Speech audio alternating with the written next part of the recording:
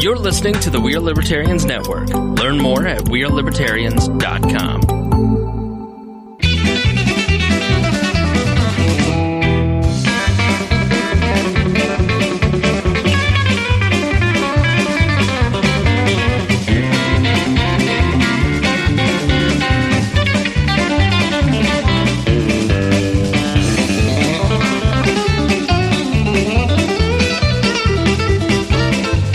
Welcome to the Boss Heart of Liberty podcast. This is episode number 165 of East Central Indiana's favorite podcast. I'm Jeremiah Morrell. Today I am joined by co-host Chase Peyton, producer Chris Guffey, and back for time number 164 of 165, it's Mr. Dakota Davis.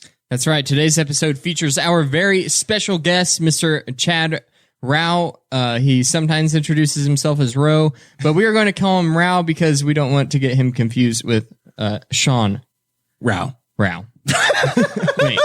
Yeah. So confusing. All you R last name people. It was. It's like Kirsten, and Kristen's. That is the end of me. I can't even begin. So today we're going to be talking to Chad about Underdogs Tattoos. He is a co-owner over there at Underdogs, and he has basically just blown up into stardom. He has definitely put the city of Newcastle on the map. He's the greatest thing to happen to Newcastle since Steve Alford came through here. He's one of the greatest people. Not to talk you up too much and get you nervous, you're really stretching this a little bit. Stardom is definitely a stretch of the word, but I do appreciate it. But you did tattoo Post Malone. I did, and so that is I rubbed elbows with somebody who's from Stardom. But yeah, well, I'm gonna call that I checked. Stardom. He's from Syracuse. No, but wait, that's the last story of the night. So you're gonna have to stick around to the very end of the episode if you want to hear that one. And this is the first time that you've actually told your story. Yeah, outside of the shop. So when I initially when everything happened, I pretty much did not talk to any news outlets, didn't do any kind of interviews or anything like that. And they kind of made up their own stories. So I just posted, if you'd like to hear the story, you can feel free to come in and schedule an appointment or talk to me in the shop. That is perfect. So this is my first time. I did a very, very short interview with the Rolling Stones. But this is the first time that I've talked about it on a radio platform or podcast. I have a story about the Rolling Stone article that you were featured in. Okay. And we'll get to that later too. So this show is about our lives in rural Indiana. We're here to push your boundaries and make you think as individuals. We're going to make you think as individuals. Sometimes we'll provoke you. Other times we'll make you laugh. But hopefully you'll always learn something new. We were still in the intro. Sorry, Chad. Like who the hell Post Malone is.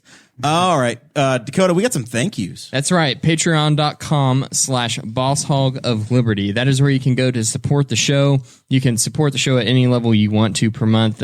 Intern Mason is still supporting the show at $1 and some change every month. But we encourage $5 a month as a starting point. And you get different rewards for different tiers. You get all kinds of different things. There's the stickers that we'll send you in the mail.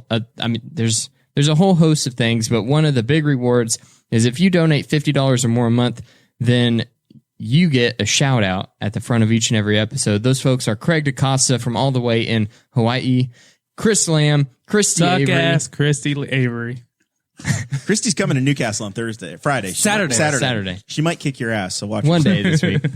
She might come to town 3 days this week. We don't know. Our favorite car dealer, manager. Check out the Patreon for the story on how John took care of you. Jonathan Phillips, great guy. Andy Moore, Buick GMC. Make sure you go see him if you're in the market for a new or used vehicle. He will make sure that you're taken care of. We're tied now. You and I have each bought 2 vehicles from John. So really? I got to get one better than you and another one. I'll have to trade in again. get ahead of me. You're the favorite kind. I keep cars a long time. Yeah, well. Quick trading.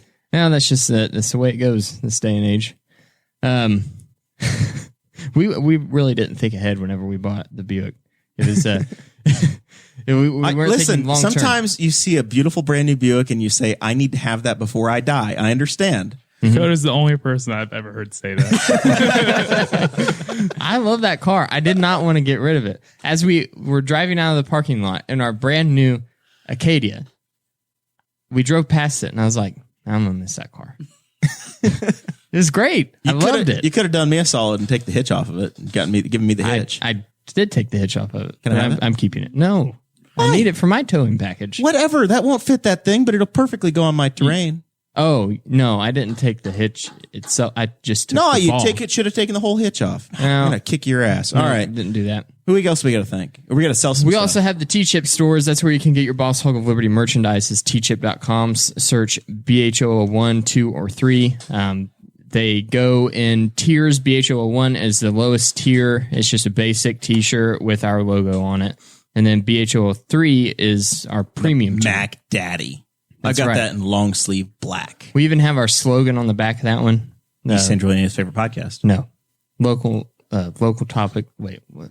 Local stories, national Local impact. stories, national impact. God, we should really learn our The merch, reason huh? I struggle with that is because I redesigned that and came up with it probably 50 times with different words, trying to figure out what I thought sounded the best and looked best on our advertisements that we put in the LPIN booklets.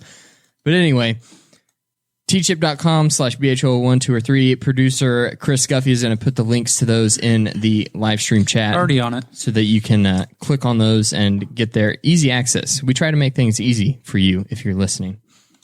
So we are sitting here with Chad Rowe and Chase Peyton's over here. I don't know what Chase is going to do. Everybody's drinking tonight. This is a celebration event here. Thursday, tomorrow's Friday. Yeah, we're on the downhill slide. 8 more hours, boys. Chase has got his Miller Lite Tall Boy. I just recently got back from. I did venture into Canada on the boat. You're not allowed to land, but I did go over on the boat and checked out some Canadian waters. Brought back some Labatt's Blue, the official beer of the Northerners. You're drinking some sort of a bourbon again. You got to give Craig his update on what bourbon you got this week. I'm drinking Tin Cup whiskey. That's for you, Craig DaCosta in Hawaii. Tin Cup is my new favorite whiskey. What'd you think of the movie? Tin Cup? Yeah. Didn't even know that was Kevin Costner, baby. It's a golf movie. Don Johnson. I've Ash never seen Bridges. it either.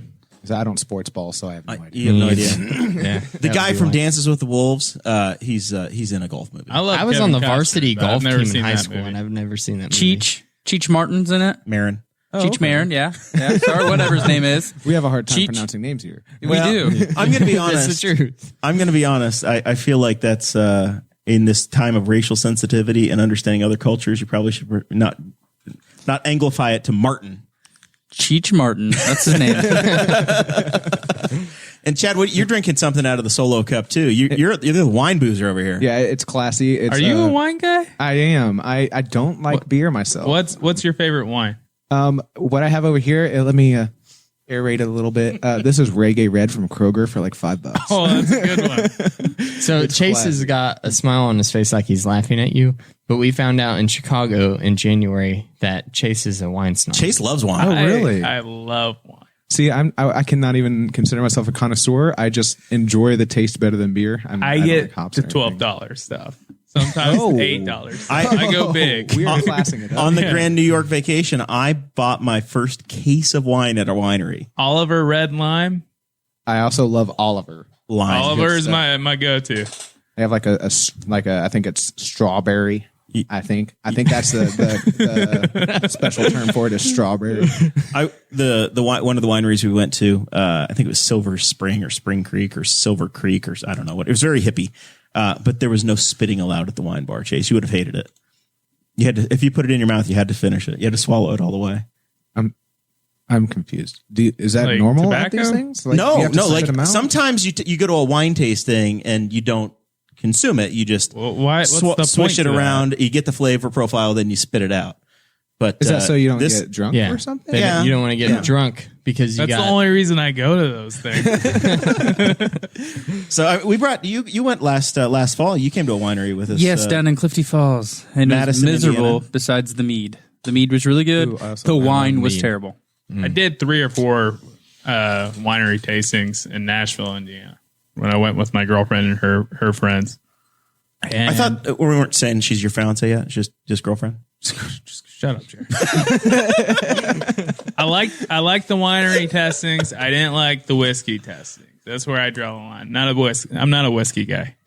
You're not? No, I hate it. In my I used to eyes. drink it when I was like, straight. When I you was first 21, I only drank whiskey. when you first get into college, you drink it because you think, "Oh man, that's badass." Yeah, I want. And then I want once hair on you my actually chest. turn 21 and you can choose what you drink, you're like, Oh, yeah. I'm not doing that again. That was I me went with the opposite vodka. way. I woke up too many nights in Yeah. a cornfield not knowing where I was off vodka, so I just decided that I don't like it anymore. That's Indiana. exactly what my problem was with whiskey. I don't choose vodka, but if it's there, I'll drink it. I hate vodka for the I'm same a tequila reason. guy.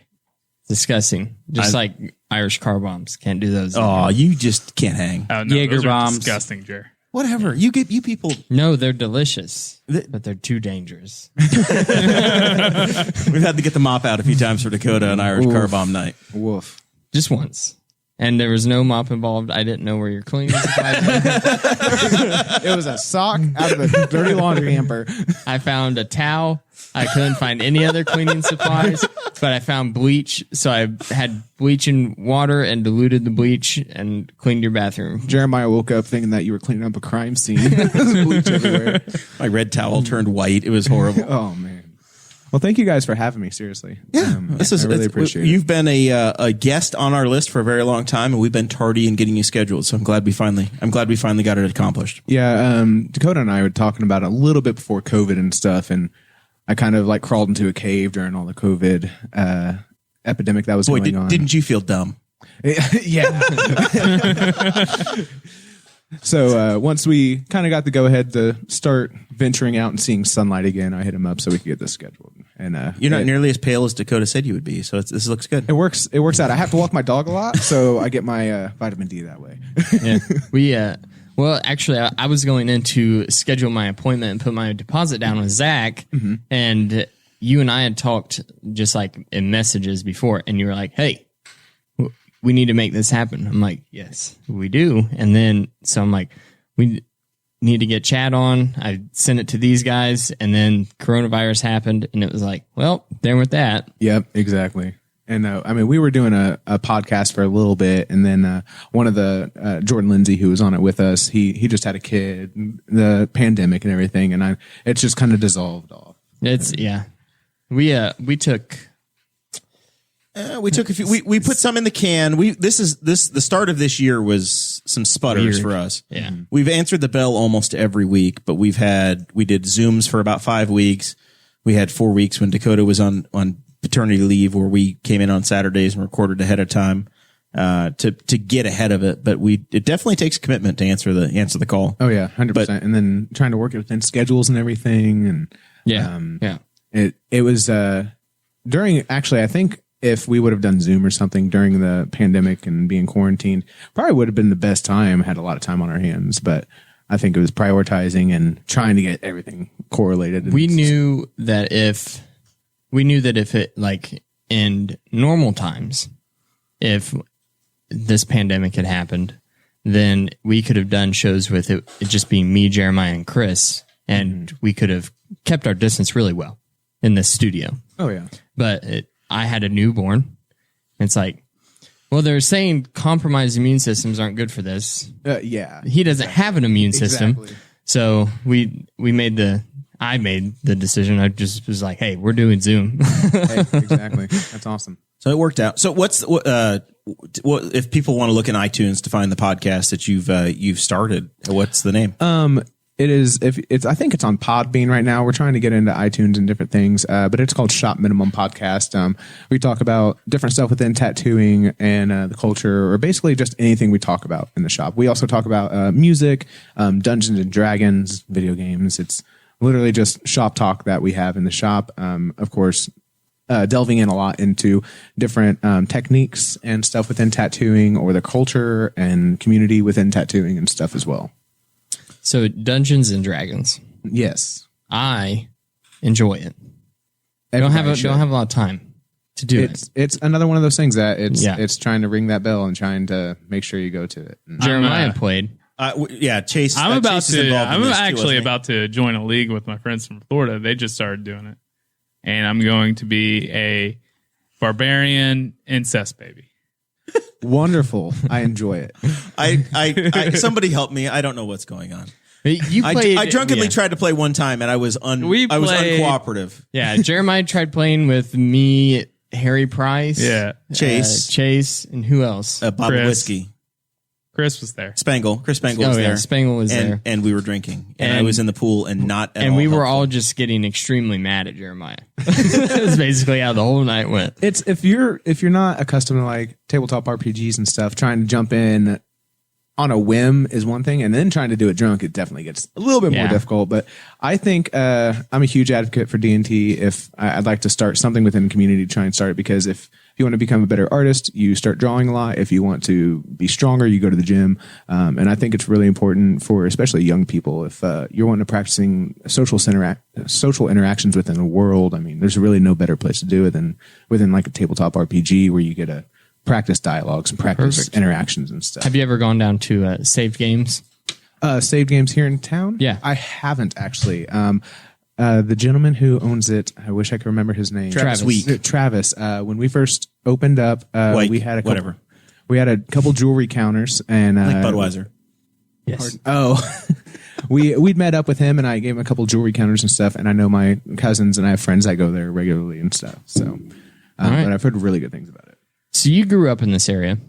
Yeah. You briefly attended Tri. Yes. So I actually grew up in Cambridge City, Indiana, is where I went through from kindergarten all the way till 7th grade. And in 7th grade, I moved to Tri. I was there for a year and a half or so, and then I graduated from Newcastle. So, But you did graduate, so congratulations. I did. Well, thank you. I'm a 6th grade drope,out, so it's Really interesting. That's super cool. Though. homeschooled after that. Yeah. Oh, homeschooled after that. I was like, it's hard for me. Like my dad, he was dropped out in like 5th or 6th grade, I think, as well. And that's kind of just hard for me to imagine that, like 6th grade, me being like, I'm not going to school no more. I didn't start going back to formal school until college. Yeah. That's interesting. So that's one of the things that I wanted to talk to you about in the beginning, was because Zach Lohorn, who tattoos with you guys, he also went to Tri. I was friends with Zach in high school, and he was always extremely talented. Yeah, he's always been very artistically inclined. That perfect way to put it.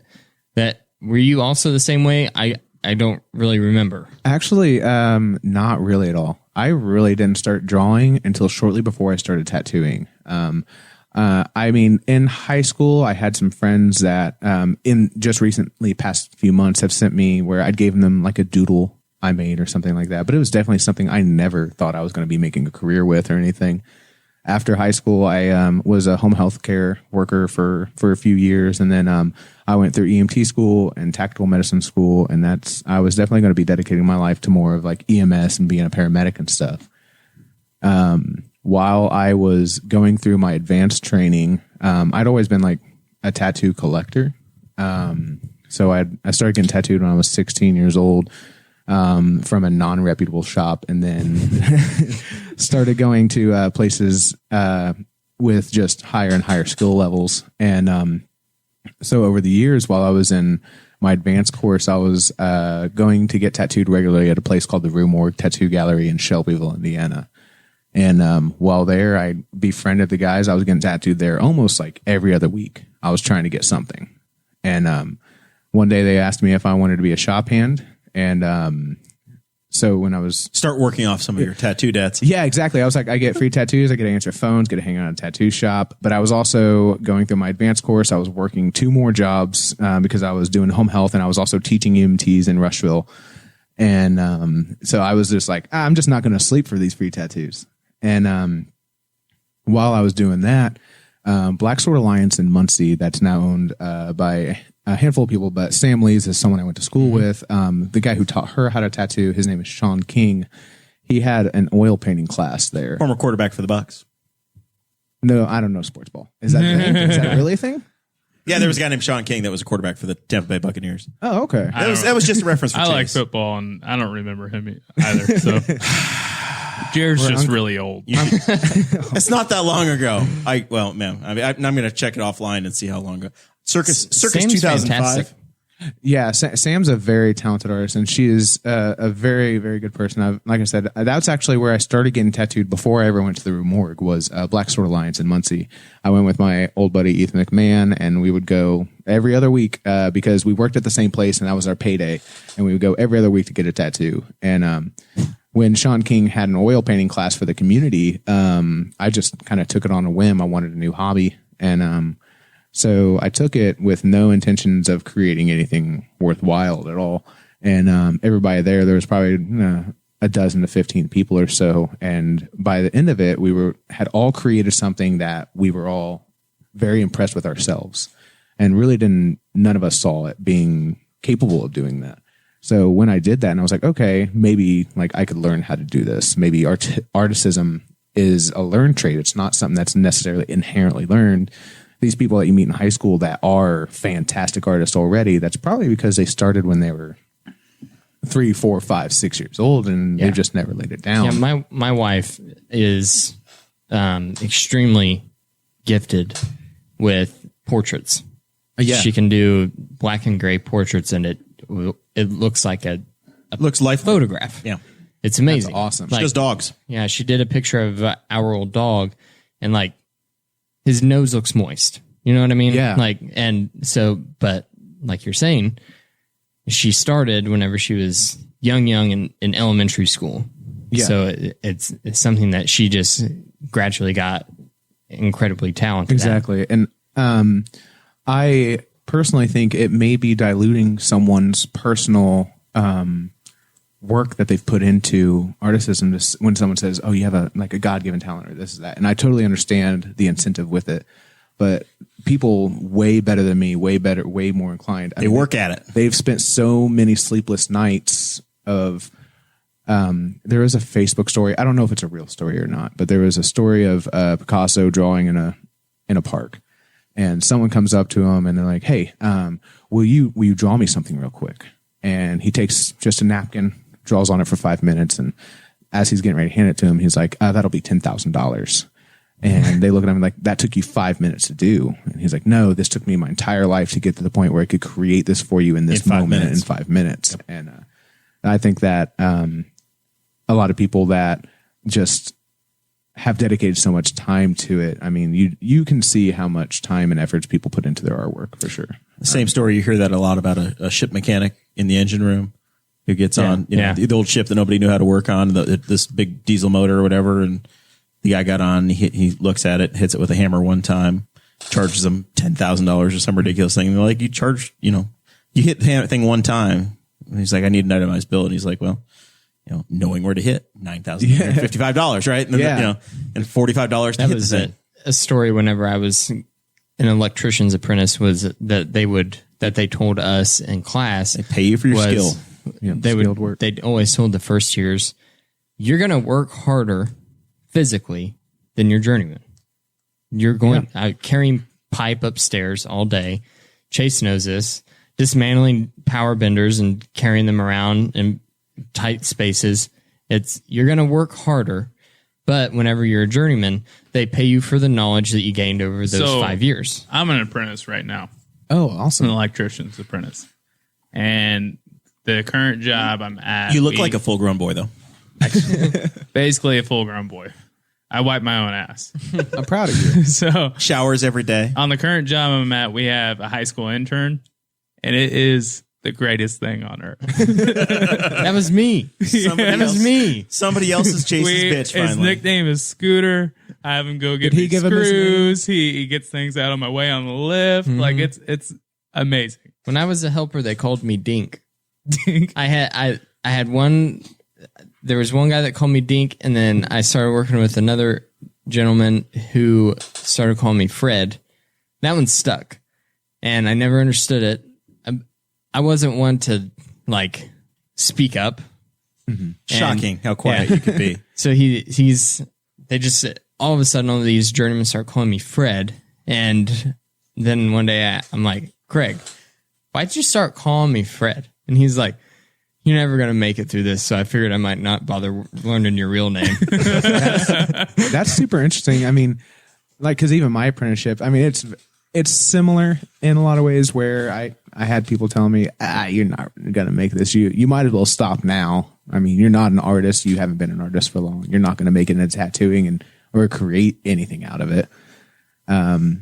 and you do, like, I'm sure you guys experience some form of hazing Oh yeah, and stuff like big that. time. Like, you didn't create your nickname. Did Scooter make his? No, he didn't. I was like, well, at least your nickname's not Moped. I was going to say, did you roll up like he had a DUI? Is that the...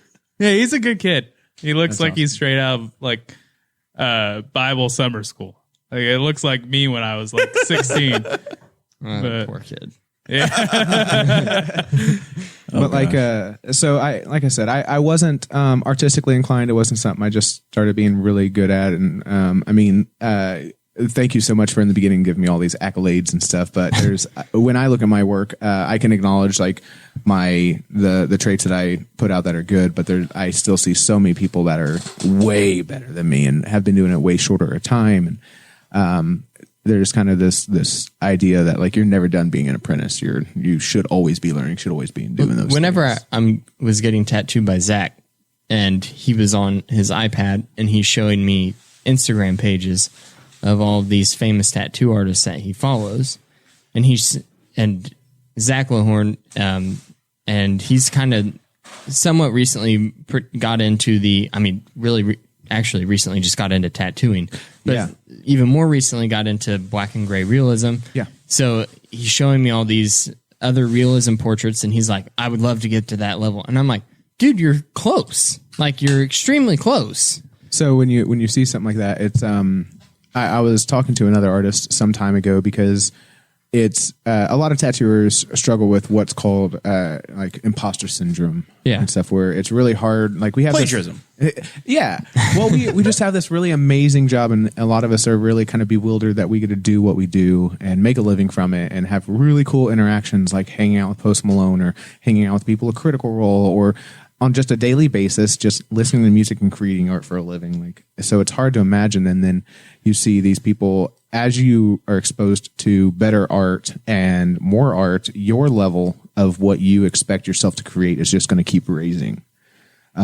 So actually, I taught Zach how to tattoo, and I went to school with him, like you said. And when I was working at a place in Muncie, him and his wife came in one night. He hit me up. He was like, hey, my wife is wanting her first tattoo. Do you have any openings tonight? And at that point, I mean, I was not booked. I was only booking day to day. If anything, I was doing walk-ins regularly. And so they came in, and I tattooed his wife, and we just started bullshitting heavily again. And I was like, oh, we should start hanging out. Like, your kids around the same age. And so we started hanging out regularly. And I remembered him being such a talented artist. I mean, I used to go to Imagine Music here in town and just see his art and paintings and sculptures all over the place. And so we kept having conversations. He was airbrushing helmets and everything at the time, or shirts, and just airbrushing different stuff. And we kept having the conversation about possibly him tattooing and stuff. And I was like, man, I think you'd be really good at it. I mean, you sit here and you don't like where you're working. You kind of lack this drive. You lack the motivation to go to work and stuff. And I believe that this is something you could do if it's something you're interested in. And it was strange teaching him because, one, he's older than me. And two, he's been an artist well before I ever was. And he actually had went and asked for an apprenticeship at the same place that I learned a few weeks before me. And he said it was funny because when he saw it, he was like, fucking Chad Rowe got an apprenticeship? Because like you said, I mean, he just remembered me from high school, and we knew each other and stuff. He was like, I don't even remember that guy drawing. And I mean, fast forward, 10 years, 8 years, and I'm teaching him the fundamentals to tattooing. And I'm honestly super proud of what he's doing and what he's learned. How do you get the confidence to put a needle on somebody else for the first time? I assume your first tattoo you did was on yourself. Actually, yeah. The first tattoo I did was on myself. Every apprenticeship's different. Everyone learns differently. Everybody gets taught differently. But I walked in, I had a 3-month probationary period where I had to write essays every single day. I had to draw every single day. Like, I had a writing assignment and I had a written assignment. So I had to write an essay, and then I also had to draw something, and I was also going through my EMTA school. And so after 3 months, I came in. They're like, so are you sure you want to be a tattoo artist? And mind you, I'd never learned anything about like tattooing schematics, the machines.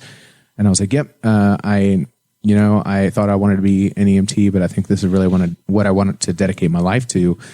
And they're like, okay, there's the machine. You have 15 minutes, set it up and tattoo yourself. And I was like, I have never done this. They're like, well, you better figure it out. And Tough love. yeah, I mean, you rarely will have, you get more confident as you go.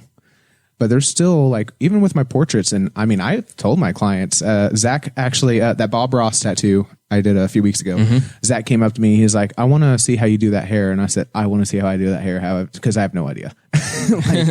So, I mean, you just go into it with an understanding and try and tackle it fundamentally. And just like everything else, attribute the knowledge that you've learned. But when you are putting something onto somebody that they don't get to wash off, like, it is very nerve-wracking. And when you are learning to tattoo, I tell everybody, you learn off of dumb acquaintances. Mostly family members, people that just want cheap tattoos and understand that you have no idea what you're doing. And when Zach first started his apprenticeship, I went and got my ankle tattooed by him. yeah, And just this like script. And I remember you had to come check everything out prior. This is your Philippians. yeah, the one about not having a tattoo. Yeah. That is Yeah, awesome. so yeah, I think it's Leviticus 28:13. Are you going to give me credit for that one, or are you keeping that to yourself now?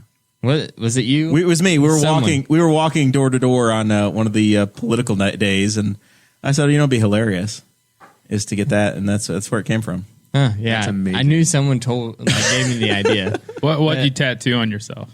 So I'll show you guys. It is not. So people ask like, "Oh, did you tattoo yourself a lot?" And I was like, "I tattooed myself 4 times, and none of them were worth seeing." So I did this little first. That's on the side of my knee over here. 1 ST. Yeah, 1 ST, and I think that took me like an hour and a half. And so I have a little switchblade beside it that looks like the bottom of a shoe. That was my second tattoo. Oh yeah. And I learned very quickly that I do not like tattooing myself. So what I started doing is the best part is that it's upside down, like it's in your orientation, so that it only means something to you. So if you're sitting there on the toilet, you can look at it. exactly. But I did not like tattooing myself at all. So I've always collected oddities and weird stuff, and I knew there was a market for it. And you can buy fake skin online and stuff, but I was like, I bet if I go to a butcher, I can buy pig ears. I was going to say, I've heard that pigs are the thing that folks work on. Yeah. So what I would do is, now the first time I went to the meat locker or whatever, I was like, can I get some pig ears? And they brought me out like the rawhide, the dog ears. And I was like, can I get them before they get there? And he kind of looked at me strangely. I was like, he was like, why do you need them? And I was like, I'm learning how to tattoo and I want to practice on them. And I will say to this day, tattooing the pig ears is way easier than like some of this fake skin out there. But what I would do is I would tattoo something on it and I would put it in a jar with some solution. And then I would seal the top with either wax or with like duct tape. If you take a blowtorch to duct tape, it looks really cool and like magnetic and stuff. So, and I would sell that as an apprentice because you're not making money. So I would try to make money from tattooing by tattooing pig ears and selling them for some cash. That's one of my favorite things about your shop is because I also have Trafficking in animal parts, basically. Yes. And aftermarket animal parts. The new vegan in me probably wouldn't be doing that, but it was a very, very lucrative and very... Well, thank God you weren't vegan then. Oh, yeah. Thank God you had all your amino acids and things. I would probably have just been tattooing fake skin or continuing to tattoo my family, which actually I learned a lot off of like my mom, my stepdad, and my dad. My dad was a little bit, thought I was going against the grain a little bit because I'd already devoted so much time to EMS. But they were always supportive, always getting tattooed by me. And the super important part is they never asked for it for free.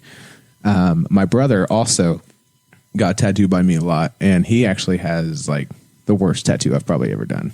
What is it? So it was my first color tattoo, and it was supposed to be this little Iron Man chibi, like a little Iron Man. And it definitely doesn't look like that now because it took me like 3.5 hours. I chewed him up really bad. And when I say that is you're using needles on skin. Obviously you can traumatize the skin very horribly if you spend too much time in one area.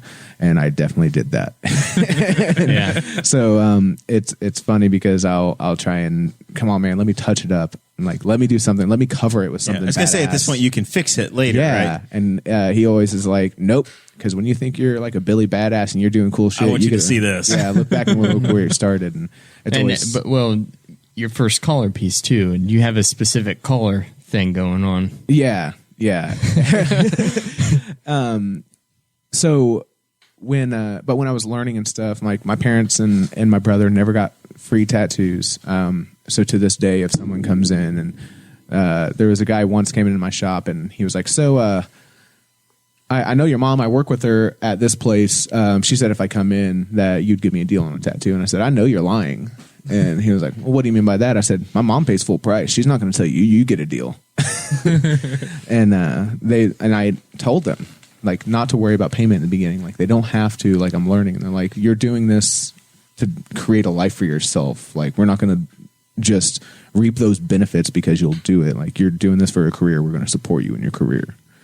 And so that was always a super cool aspect about it and really got me far. But my brother does humble me by showing me the real shitty tattoo I It's did. hilarious. So Jared's always said he was going to get a tattoo. I've discussed. He's always I still don't pushed have out. one. At the I start have of the discussed show- a couple of options At that the are very out there. beginning of the show, whenever we were getting like 50 to 100 downloads an episode, Jeremiah said, I'll get a tattoo if we ever even surpass 1,000 downloads on an episode. We've done. That's like Yeah. that's Every like episode. weekly. Every episode does that now. That was what, like 2 years ago? And I think I think I could live up to that one if the entire cast gets it. If we all get the Boss Hog logo, I could do it. I'll get it right on my left ass cheek. Man, everybody thinks that's a joke, and it really sucks. I mean, I'll 100% do it. It's funny because like a lot of people expect me to try and talk people into getting tattoos left and right, and I mean, I've never met a tattoo artist that does that. No, I mean, a lot of times, like I'll help anybody get a tattoo, but I talk a lot of people out of getting tattoos. Yeah. Yeah. So that was one of the questions I wanted to talk about was, you made a comment about face tattoos earlier and politics and all that stuff. Do you have a kind of a counseling session of, hey, if you're going to get a tattoo in this area, there's a military standard for, hey, this is what you can cover up easily if you want to. And this is the ones that, hey, you're going to have on display darn near no matter what you do. Yeah. Is that a conversation you have with people when they step over a certain line of, hey, yeah, this one's not on your thigh. This one's on your, on your cheek. 100%. So every artist has different rules, and I don't knock any artist for where they draw their line. There's some artists that say, I'm not a therapist. I'll tattoo anybody wherever they want for whatever they pay. And but in my mind, I've relaxed over the years on specific things. But for a long time, I wouldn't do below your wrist if you didn't have a full sleeve. I wouldn't go from your neck up if you didn't have full sleeves. Where I've relaxed on that is I will do like someone's fingers, the tops of their fingers, or like a small one on their hand. But I do have a full conversation with them explaining like, hey, I understand that you've seen people with hand tattoos, but you need to understand like this could, especially young people. I still will deny some young people if they're not quite sure what they're doing in their life and everything. But I am a person that I agree that tattoos have become more socially acceptable. But I am also very understanding that they're still not professionally acceptable in a lot of stances. And I understand why that's not the case. Yeah, you have. So there's a thing where it's if you are a young person that you don't really know your direction in life quite yet, which very few young people actually do. Yeah. And you decide that you're going to get your neck or a giant hand tattoo, then you go, your judgment might be a little bit flawed here. Because you don't know 100%. yet.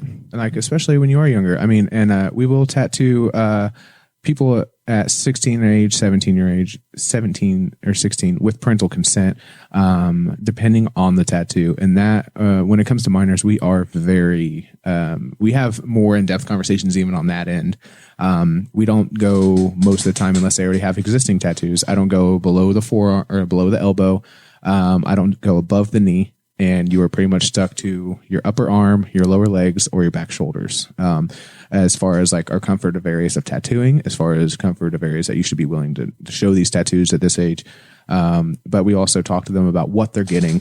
Like, hey, if you're getting XYZ tattoo, really put some thought into it, because my first 2 tattoos are half sleeve size and it's big ass music notes. And I really wish I wouldn't have gotten them that big. Yeah. Like, they're not bad tattoos, but I mean, at 16, 17. As far as the years old, canvas of what you have, you may not want to commit to this whole thing right now. Right? Exactly.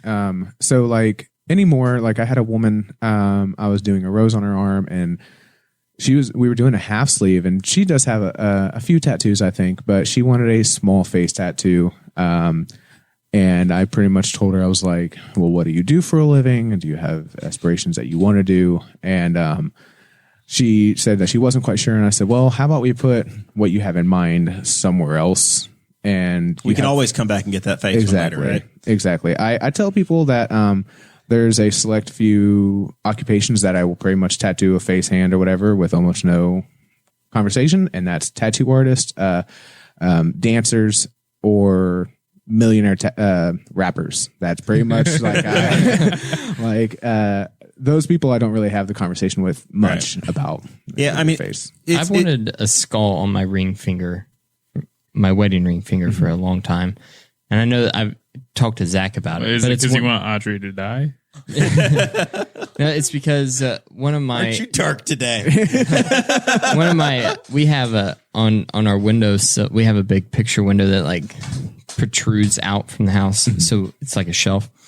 And the Audrey and I both kind of have the same kind of like oddities taste, like what I was saying earlier about your shop, how I love everything that's in there. And we have 2 skulls, and then we have it says a true love story never ends between the 2 skulls. They're not real skulls. Oh man. But yeah, I've always wanted a real human skull. But it's just like I can hook you up. I waiting on somebody to die. Well, I see the prices, and I'm like, Yeah, it's commitment, man. but yeah, but I've always wanted a skull on my ring finger, and it's like talking to Zach, because whenever I first sent him a message, he's like, I don't tattoo below the wrist. Yeah. And it's like, I have a blue collar job. I will always have a blue collar job because I have no aspirations to go out of that. Like, I love to do what I do. So it's like, okay. Like there, it's like, it's, yeah. and there's some, like I said, I've become lenient, and I would say I'd probably be more on the lenient side, because I will tattoo people's hands if they don't have a full sleeve. But there are tattooers who I do 100% agree with what they say of, I don't care what your job is. Some things can't be paid for. They have to be earned. And that's including your hands, neck, and face tattoos. Get a full sleeve. Experience what it's like on a daily basis to have the conversation about your tattoos. That's not affecting your job necessarily. Then you can start delving into your hands, neck, and face, because even though like sleeves are still cool, like a lot of people do have sleeve tattoos, but it's delving a lot. You get a lot less people that have like hands, neck, face tattoos than you do have full sleeves. Like I tattoo doctors, lawyers, and police officers that have full sleeve tattoos, and I mean they're still not going to their hands and face. Right. And I mean, we're also in Indiana. Right? Yeah, that's a very good point. That's a very good point. And I mean, over the years, it used to be if you saw somebody with sleeve tattoos, they are probably a tattoo artist, especially if they have hands tattooed. But anymore, I mean, tattoos are just so regular, and there are people getting heavily visible tattoos on their face and neck and hands that most of the time, the way we can tell if someone's a tattoo artist is by looking at their pants. Because if you look at our pants, I wore my good pants today. I don't wear these to work. They normally will have like ink splatter on them. So you can look at it and be like, oh, that person's a tattoo artist, and it'll be on their dominant side hand. Okay, that makes sense. Yeah, I've been wanting a sleeve for a long time. And I've actually had the idea, like I can envision it in my head. Mm-hmm. And I have this account through an app called Capital, and it basically like rounds up your loose change and puts it into a spending account. Uh-huh. And that's what I use to save up for all my tattoos. And then I got the idea for my Johnny Cash tattoo, and it was like, got into it. Got to do that. Yeah. That's awesome though. So, but now I'm seeing like Zach is booking in October now. Yeah. So it's like, got to get on the list. Man, I need to get on that list now. I'm super proud of him, man. He's worked really hard. We went to seminars together. We plan on traveling together, and I knew he was going to do really well, and he's just proven that with hard work and everything. Like I said, in apprenticeships, when you're learning to tattoo, the thing that I reiterate to him and that was pounding in my head is there's no timeline. At least on the apprenticeship that I received, there was no timeline how long it was going to take. I've seen apprenticeships last 3 months. I've seen them last 5-6 years. Mine was 1 year and 2 months, and I think Zach's was just a little over a year, maybe 1.5 years. But it was always pounding in my head is like, you can get as much out of tattooing as you put into it. Yeah. And if you put a lot into it, then you'll get a lot back. And that really shows as far as like, especially if you're a good person, you're good to your clients, you're earnest with them, 100% honesty, 98% professionalism, and you do good tattoos that you put your heart and soul into, then it'll come back for you. The psychology of who gets them, we were talking about that is interesting. I'm very much a white collar. I'm a sales guy, and I'm selling out. I'm selling to folks that maybe twice or 2.5 times my age. Yeah. Or I'm selling to folks that are my age. And I don't think I would be judged by somebody that's in their 30s. But when I'm selling and I'm trying to relate to somebody that's 62 years old, and I'm not sure that they're going to take me as seriously if I show up. I wouldn't be worried about a sleeve, but if I have hand tattoos, something other than, I think the most socially acceptable hand tattoo would be a ring finger. A ring finger tattoo. I think that you're going to get a pass on that no matter what. But if you have anything on the neck, the face, or on your hands, it's a different level. And you may,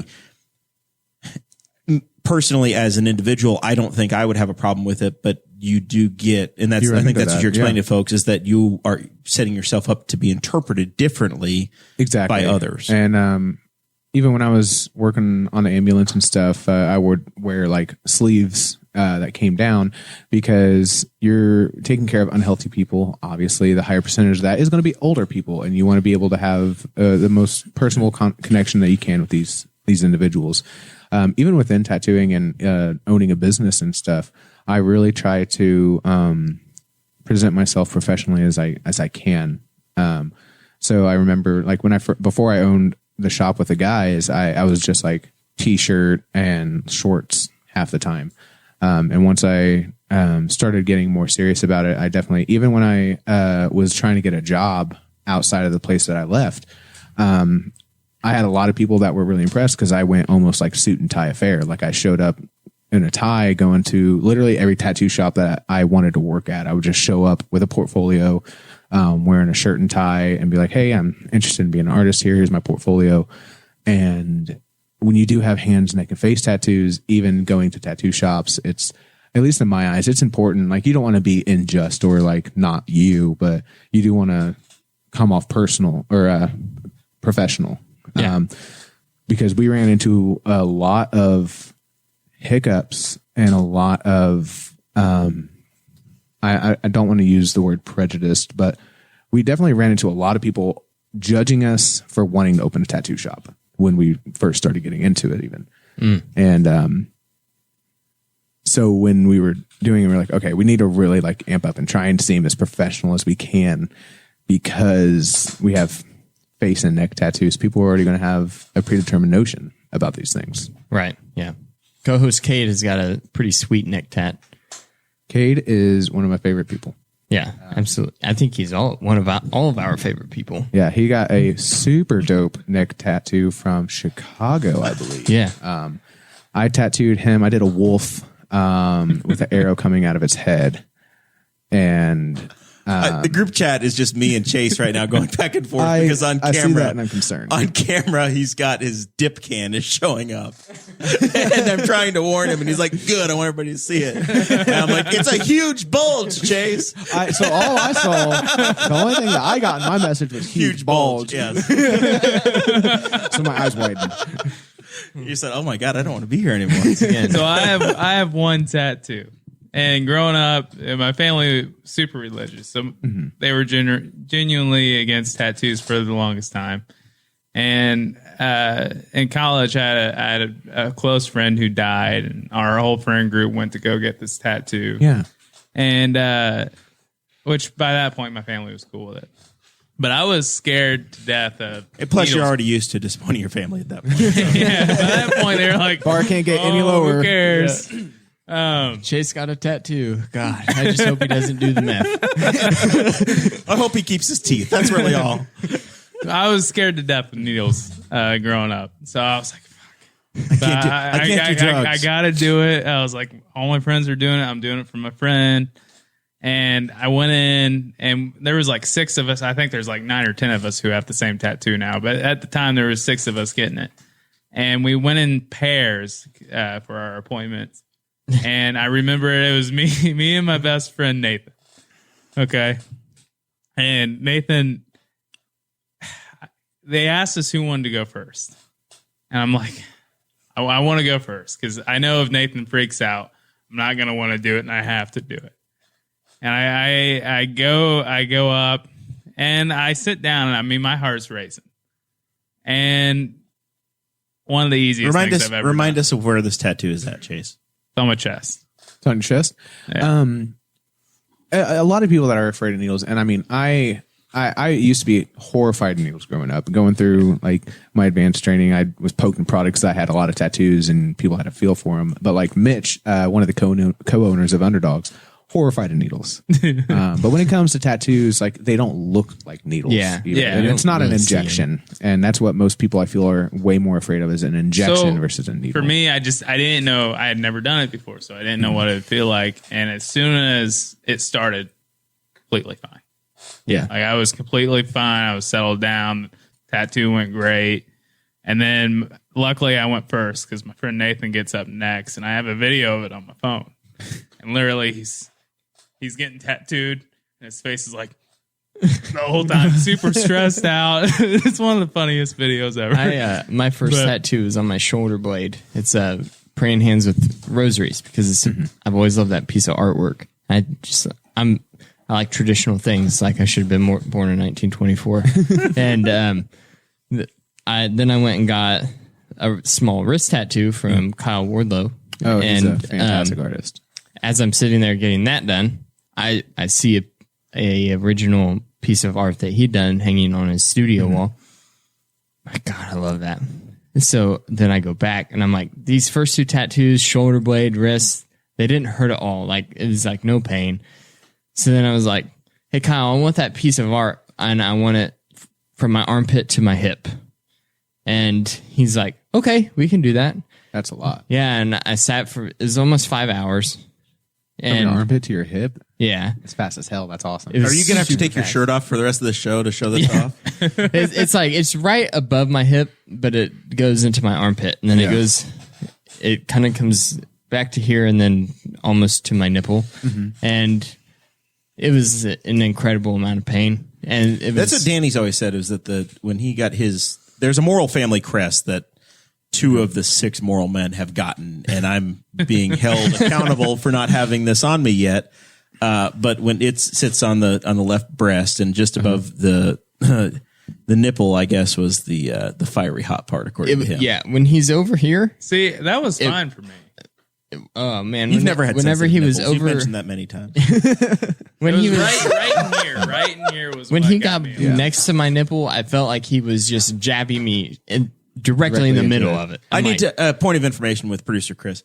Is this the most times we've said nipple within a minute on the show? I do believe so. 165 I do episodes? believe so. I would like All to keep track of how many times we say nipple through this. Yeah. Thank you. Anyways, we need a counter. All right. I have The one. nipplest I have episode one of tattoo. Boss Hog I ever. need to get more because it looks weird at this point. With this one. And I want more. I just don't know what I want yet. I've always I wasn't take your married yet, time. but I It's always there made for the joke forever. that I couldn't commit to anything that much in my life. Yeah. I used to be like that, but now I'm like, Most people with one tattoo just haven't scheduled their second appointment yet. And I mean, Yeah. but some people may just always have one.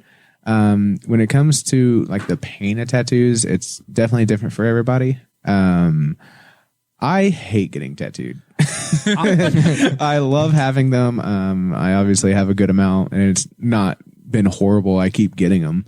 But the amount of time I can sit seems to get shorter and shorter over the years. It's See, not, I just want to get a painful one. Patron Andrew Bowman I have 3. and started the chat. None of them were painful. And he says that he's treating this as an interview to decide if he's going to come over from Brazil to schedule with Chad Yes. today. So Awesome. uh, Well, how thank you so far much. out are you scheduled, Chad? I'm currently scheduling. I have a couple days left in December, and then I'm into next year for weekdays. And if we're into weekends, I'm into. Good for you, dude. That is February. amazing. It is. It's. I'm super overwhelmed, and it's a very good problem to have. And I always tell people I know it's a long time to wait, but it's plenty of time to save up for your tattoo because I don't tend to do a lot of really small It's work. going to be in your skin for forever. Exactly. And that's, What the hell is 7 or 8 months? yeah, exactly. And, if someone wants it quicker, I know plenty of fantastic artists that have, shorter waiting lists. But, like one of my friends, Timothy Bohr, he owns, Bohemian Tattoo Company in Kokomo, Indiana. An incredible artist. He's been an incredible artist for many years, and he is booking 2.5 years out at this time. Yeah, Audrey's my wife. She's related to Dusty Neal. Dusty Neal is one of her cousins. And Frontier and a lot of the style that he does, especially for the Midwest. And I talked to him about getting my first tattoo whenever I was like 17, and he was going to be traveling in Europe for an entire year, and he was booked up all throughout in Europe. There was that high of a demand. It's really cool, especially in today's age with technology. Traveling as a tattooer is way easier now, and being booked up by the time you get there and everything. I do travel a lot. Like, I'm really hoping by next year I'm able to travel regularly and go and do guest spots and conventions and everything. But when you're traveling and stuff, it's really cool because now with Facebook algorithms, you can pretty much put an ad anywhere you want. If you're going to be traveling, when I went to Utah a couple of years ago, I'd never been to Utah before. I don't know anyone in Utah. And by the time I got there, I was booked for the entire length of time. Crazy.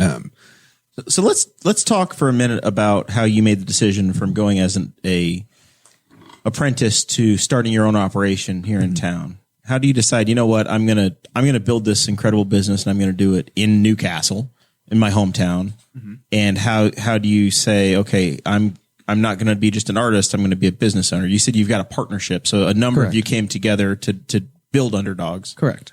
So I had left Shelbyville where I was tattooing, and I had went and worked at a couple places, but I landed about a year or so later in a shop in Muncie with my now partners, Dakota Shepard and Mitch Preston. And so we were there working. We enjoyed working with each other a ton. We were very busy. We were in the middle of a college campus.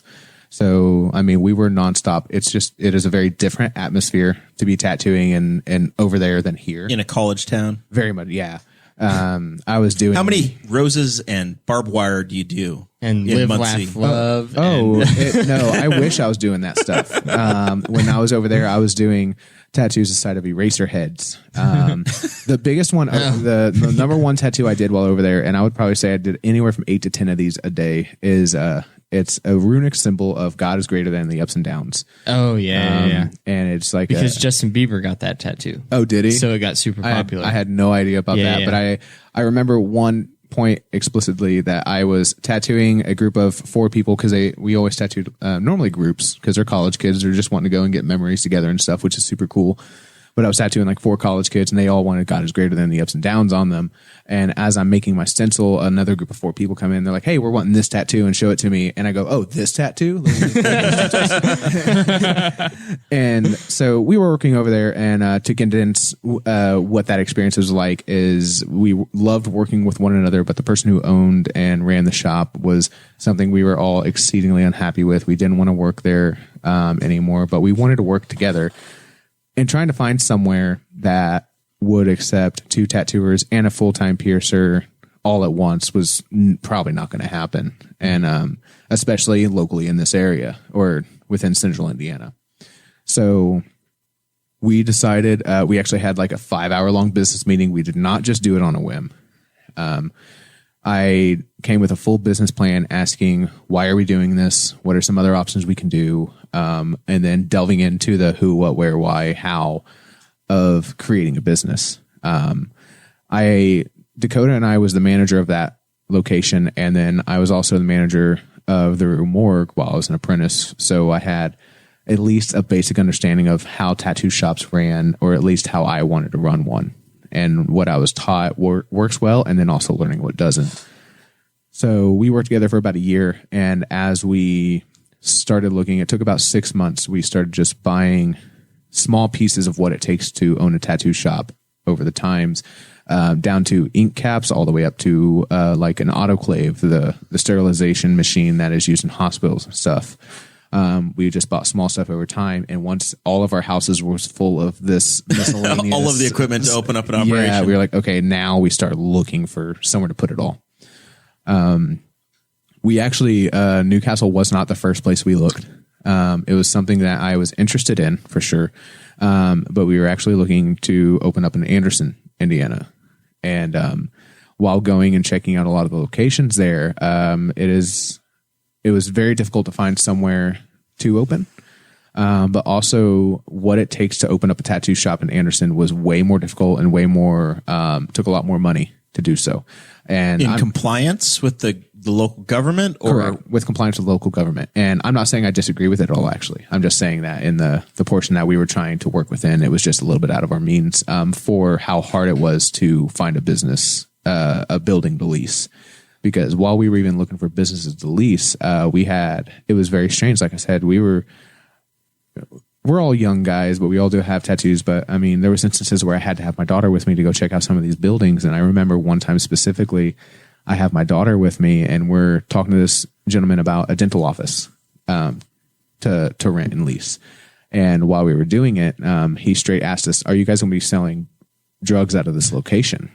And I was just kind of floored. And I was like, would you ask that to any other business individual? If we were a dentist, would you ask that from us? Yeah, exactly. And so, after we looked at some places, but we decided not to go to Anderson, we started looking at demographics. So we actually looked in Greenfield. And I was like, I just don't think the demographic is there for our age, for people that were going to be getting tattoos. It's a lot of elder people that do have a supplemental income that can get tattoos, but are they going to be getting them? So finally, I kind of threw out the idea to the guys about Newcastle. I said, when I would talk to my friends about possibly opening Newcastle, like, why would you want to open up in Newcastle? Like, why would you want to do that? And I said, because there's not many people that talk good about the tattoos that come out from Newcastle. And so when we were opening up here, we had business meetings all the way leading up, and we had the full discussion of, all right, we're going to be eating bologna for the next few years, guys. We have no idea how this is going to go. When none of us have taken any business courses. I bought a couple of business seminars. I had a friend who went to like business college and he didn't need his books anymore. And I bought those off him and was reading them. It was very like trying to take what we knew and just apply it. And honestly, when we came in, we just hit the ground running. We were overwhelmingly supported. We ran an event. But when we opened up, I feel like, honestly, the reason that we were accepted so well is we really tried to devote a lot of our time to the community. And as far as making donations, like to when the skate park opened, we wanted to make sure that we were trying to make an appearance and trying to let people know that we want to be not just in the community, but we're part of it. And also, you walk into your shop, and one of the first things you notice is it's impeccably clean. We definitely have very high expectations of ourselves when it comes to that. I mean, we have an open, what's called like an open platform shop. So there's no individual rooms. It is basically you walk in, you literally see me, I'm right in front of you.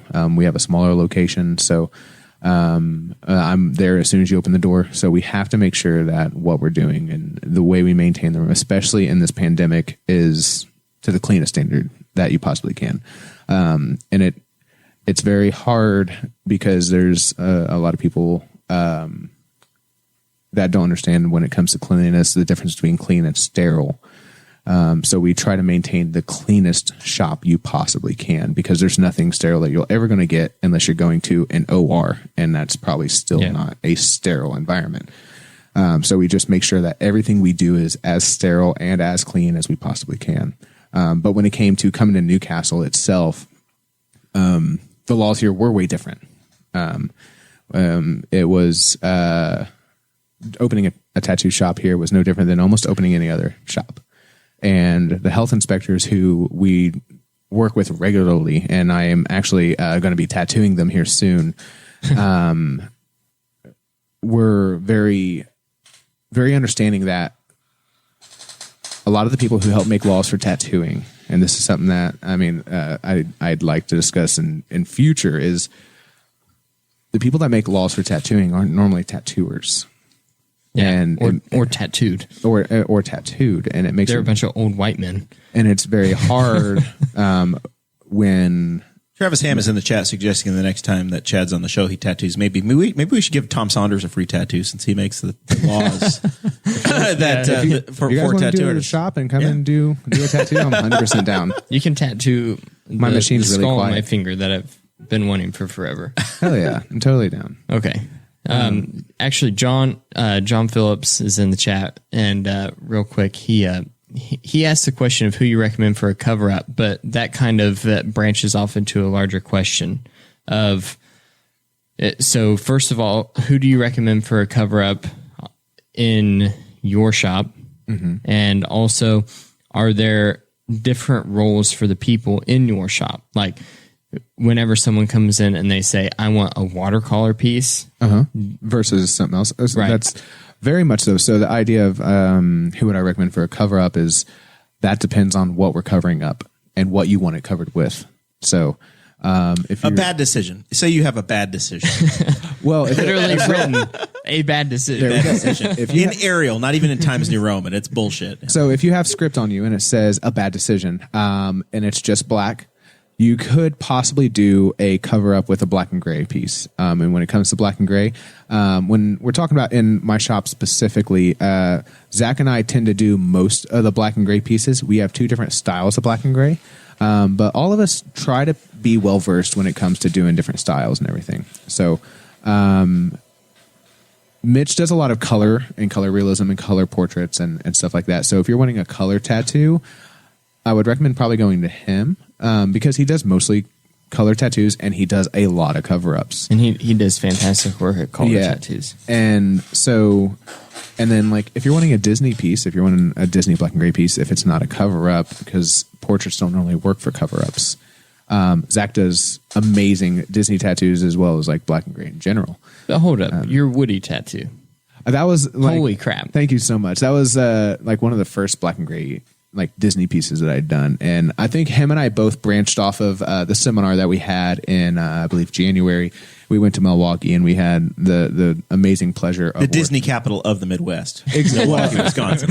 Who we got to work with was a man named Owen Pauls, who, when you want to talk about Disney tattoos, I would recommend absolutely everybody check him out. It's on Owen Pauls on Instagram.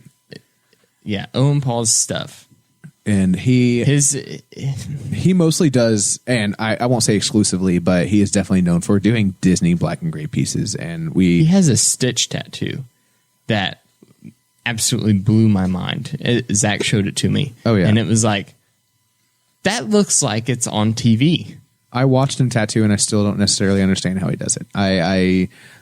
We just talked the other day, and I mean, as artists, we try to all pick each other's brains and try to, in my eyes, I like for artists to have a progressive idea on what we want to do in the future and what we want to create. And the best way to do that is to bounce ideas off of everybody.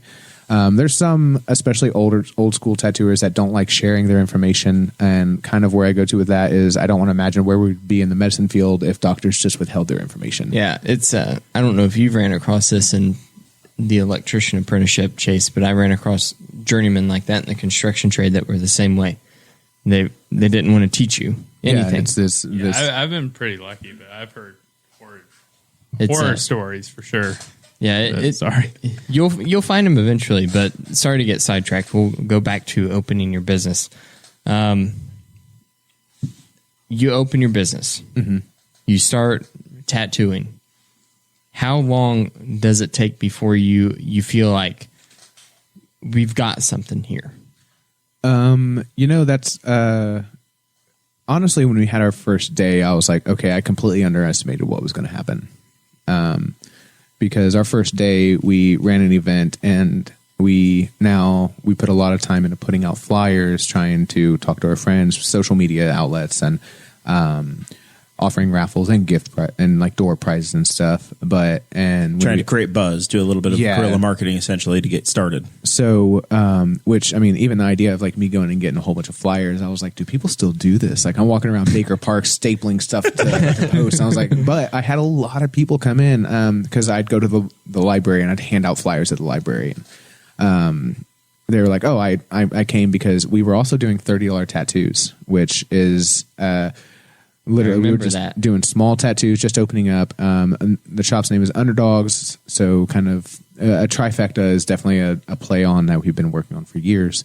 And so when we were there and we had art vendors that I'd contacted it, and we had art vendors that were selling their own art outside. I believe at that time, I can't remember if we had actual airbrush tattoos that were going on or what, but we had live music. And when we did that and we had, I'd probably say 200 people showing up for this event, I was like, oh, I did not expect this at all.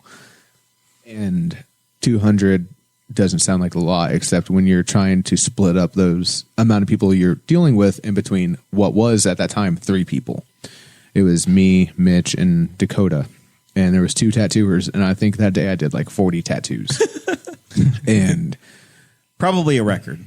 Oh yeah, I have no even desire to try and pass that at this point. But we didn't even think that was success. That we just thought that was okay. We may have something going here. And once we realized that, so when we opened the shop, we tried to establish at what point will we consider ourselves successful in some light, because you're always able to grow and do growth. And we came to the conclusion that at the point where we are all able to pay our bills, we're all having a living that we're happy with, and we can give back to the community. That's the point where we've reached success in our eyes. So how many hours a week are you focused on this business? You said you're tattooing on the weekends. You're tattooing during the week. You know how far you're scheduled out until October, but at the same point, you've got to set December. December. You've got boundaries you're setting of, hey, this is how much I'm willing to work physically doing the tattoo art, but then you're also running the business. How much is it? Are we talking 70 hours a week, 55 hours a week? What are you actually putting into Underdogs? It kind of depends on what we're trying to delve into, is like, how much time I put, because it's hard. Because even when I go to Walmart, especially since like my interaction with Post Malone, like those, I'm never done working. I mean, I'm from a small town, open a business in a small town that has rubbed elbows with celebrities. We're always, not everybody, a good amount of people recognize us in this community. I spend normally, I mostly do 1 tattoo a day, it seems like, anymore, but I'm tattooing for anywhere from 6 to 9 hours a day. Sometimes 12, depending if I come in early. But then it is really nice because we have 3 owners. We have an assistant for the shop. And with that assistant, we have another shop hand, and they help take care of messages, clients. But getting to that point to where we can start delegating to have people help us to make it to where we don't have to work 70, 80 hours, 90 hours a week, as well as devoting mental capacity to what our next goal is. It's been a long time coming. It hasn't probably been until the last couple months that I've actively tried to make myself try to relax and try to focus in on, when I'm home, it's okay to play D&D. Like, it's okay to do that and not try to figure out my next business move. But we are always exchanging different ideas. Even as soon as we leave the shop, it is a business, but this is our passion. This is what we love. And I don't really have hobbies. So like, I play Dungeons and Dragons, but like, business is my hobby. I love doing stocks. I listen to books, about creating businesses, about different outlets. And, so whenever we have like our business meeting, we have a business meeting the first Wednesday of every month, and that's where we talk about the concerns of the month, things that we did well that month, and things we can do better than this coming month. And so when we're trying, I'd say averagely I work 5 days a week, because I work Tuesday through Saturday, and I'm there depending anywhere from noon to 8. Sometimes I come in at 10. Like tomorrow, I'm actually coming in at 9 in the morning to start tattooing, and then I'll tattoo all the way till 8 at night. So it just depends on the piece, because I definitely don't rush anything that's permanent on people. So are you doing 1 piece tomorrow? No, I have 2 actually. Oh, okay. It's like 11 hours. I tattooed someone for 11 hours when I was in Milwaukee, actually. And no joke. by 11 hours, it doesn't matter where you're getting tattooed. That person wants You're about to punch over you. it. Yeah, you're over getting tattooed by that point. Good God. I think that the portrait on my arm took a little bit longer for us. And I think we were about at 5 hours. Mm-hmm. And I was like, whew, Yeah, and don't know. like everywhere has different. Just keep going. Everywhere has different like areas that are more sensitive than others, but it doesn't matter where you're at. If you're getting tattooed for extended periods of time, it's going to suck. It's not. What do people do during that time? You know, it's funny because I mostly do all day sessions anymore, doing long pieces. And currently we've just started allowing people to bring like one person with them. But during COVID and everything, you're not allowed to bring anybody. Especially in the beginning, we were trying to level and figure out where we're at. But even when they bring somebody, I'm like, here for He just puts on C-SPAN for them. I'm like, you're about to be bored. Like we have music playing in the shop, but we also have TVs. We play movies, and I listen to stand up a lot. I believe we probably played Tom Segura in that shop more than 100 times because that was one thing I appreciated about getting tattooed by Zach a lot is that we both, like I said, we were friends in high school and we were like in the same, we listened to the same music. So it was kind of like, we went back through the music that we listened to during our high school careers. Yeah, kind of doing. Yeah. It's really cool because I mean, I've tattooed people that I went to elementary school with. I've tattooed teachers that taught me when I was in elementary school and funny. stuff. I thought you'd just be a screw up, and here you are giving them their tattoos. Yeah, exactly. So Chad, for some reason, I always knew you'd wind up with a face tattoo.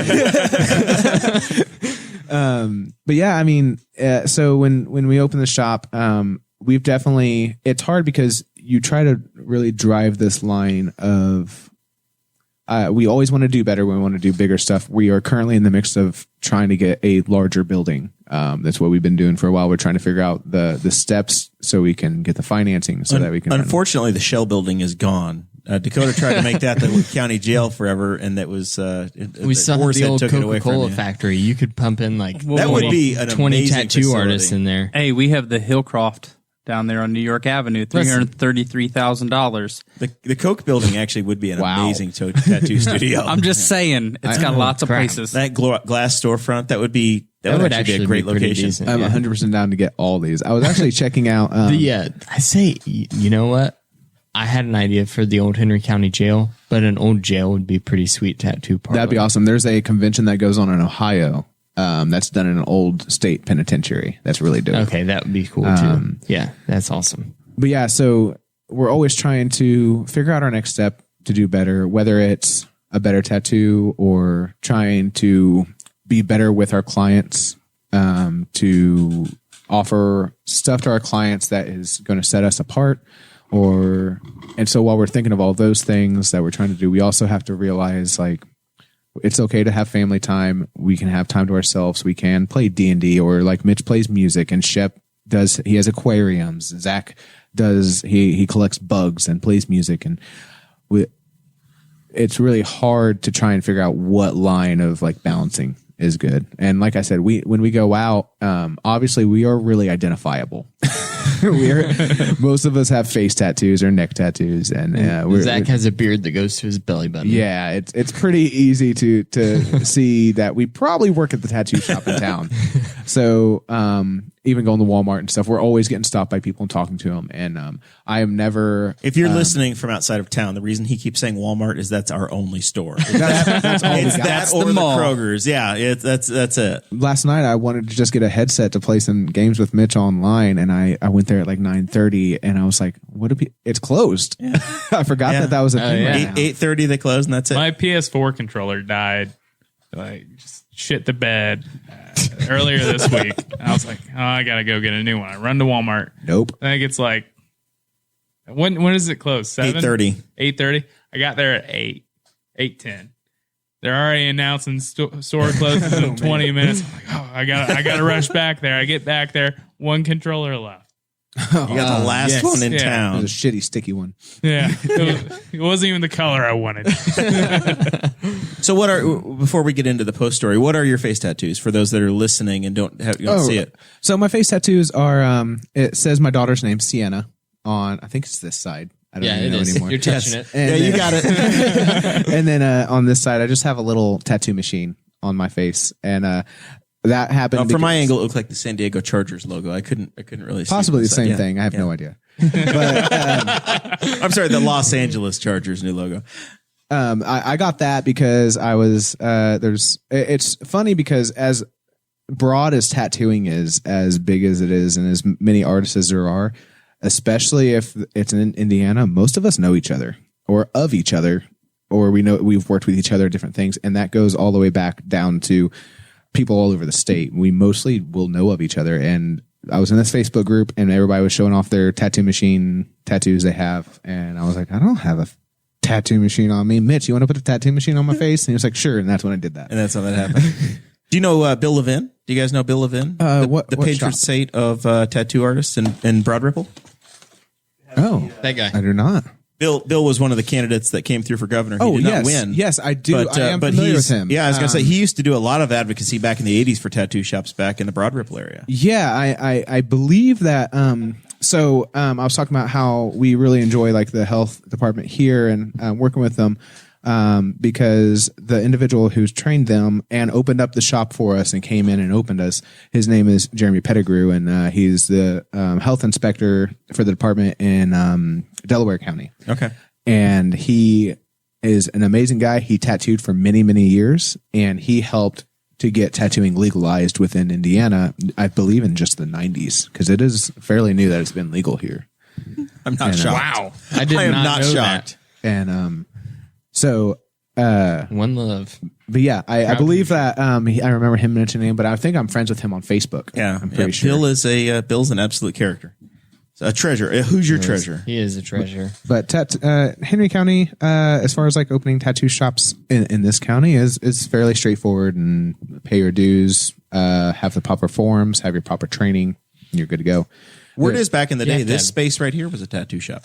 Was it really? It was. There's a lot of places that have come and gone here, and that was one of the main reasons where people were like, "Why are you going to open in Newcastle? Nothing lasts there." And it's funny because one of my most long-term clients that I have right now, her name's Lori.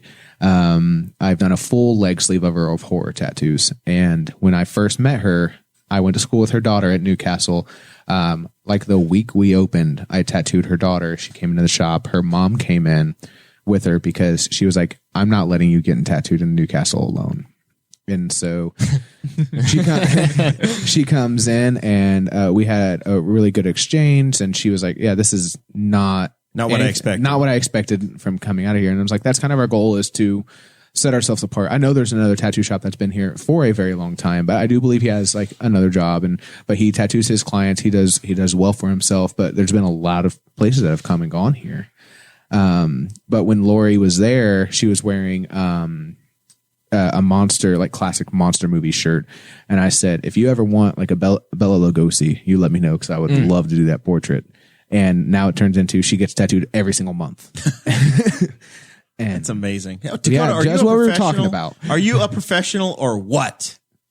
Phone rings during this show. What's the dumbest tattoo you've ever seen? Seen or done? Done. Let's say done. And I'm not. I'm gonna. I want the name, rank, and social security number of the person you put it on. I am going to specifically say that I don't believe that there are dumb tattoos, because I have some dumb tattoos. I have a story for you after you tell me. I have Finding Nemo on my butt cheek.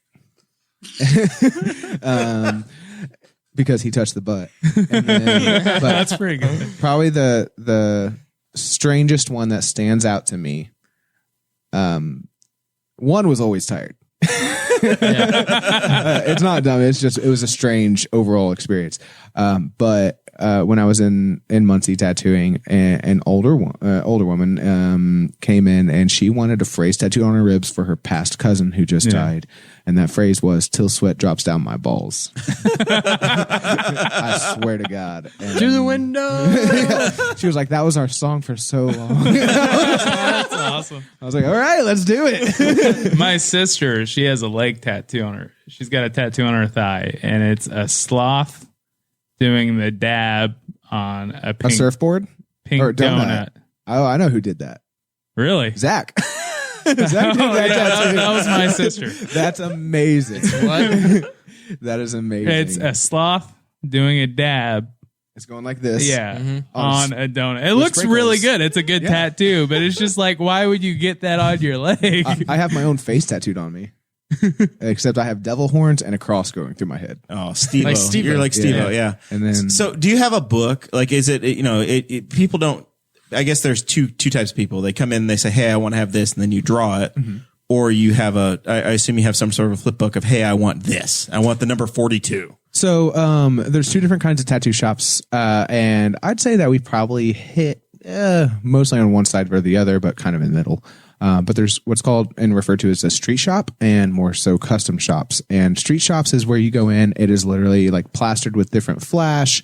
There's sometimes they're numbered and you can literally say, I want a number 12. How much is that for on my forearm? And they'll give it to you. Right. And then there's custom shops and we will do use references that people bring in. We have books for people to look through for references, but on our walls, we don't have flash. We have paintings that we've bought for our friends or that we've put up there ourselves. And so on a custom side, it's normally give me an idea. Most of the time when I'm talking to people about what they want for a tattoo, I'm like, what is it you want? How big do you want it? Do you want it color versus black and gray? And how do you want this tattoo to feel? As far as like, what kind of do you want it? Do you want a tiger? Do you want it like a brave, calm tiger? Do you want it kind of angry and snarling and powerful? We tend to work more with ideas on our side, but when I was working in Muncie, it was a flash shop. I did the same tattoo all day. I want day. Pac-Man. Yeah. Yeah, I did a lot. I actually did a Kool-Aid man bursting out of an arm on a group of like fraternity brothers. And so there's nothing wrong with either side. A lot of times street shops tend to have higher availability because they're more walk-in based. Right. So that's like the, hey, I'm going to the beach. I'm going to go get a tattoo in Florida. Exactly. And I'm going to go get this and I'm going to remember this experience because I got this off the shelf tattoo. Exactly. So when I was actually working in Muncie, it was such a street shop that it was heavily advised against booking on a Friday or Saturday, scheduling anything on those days, because through the week is most of the time when the students are in school, they're going to be less busy.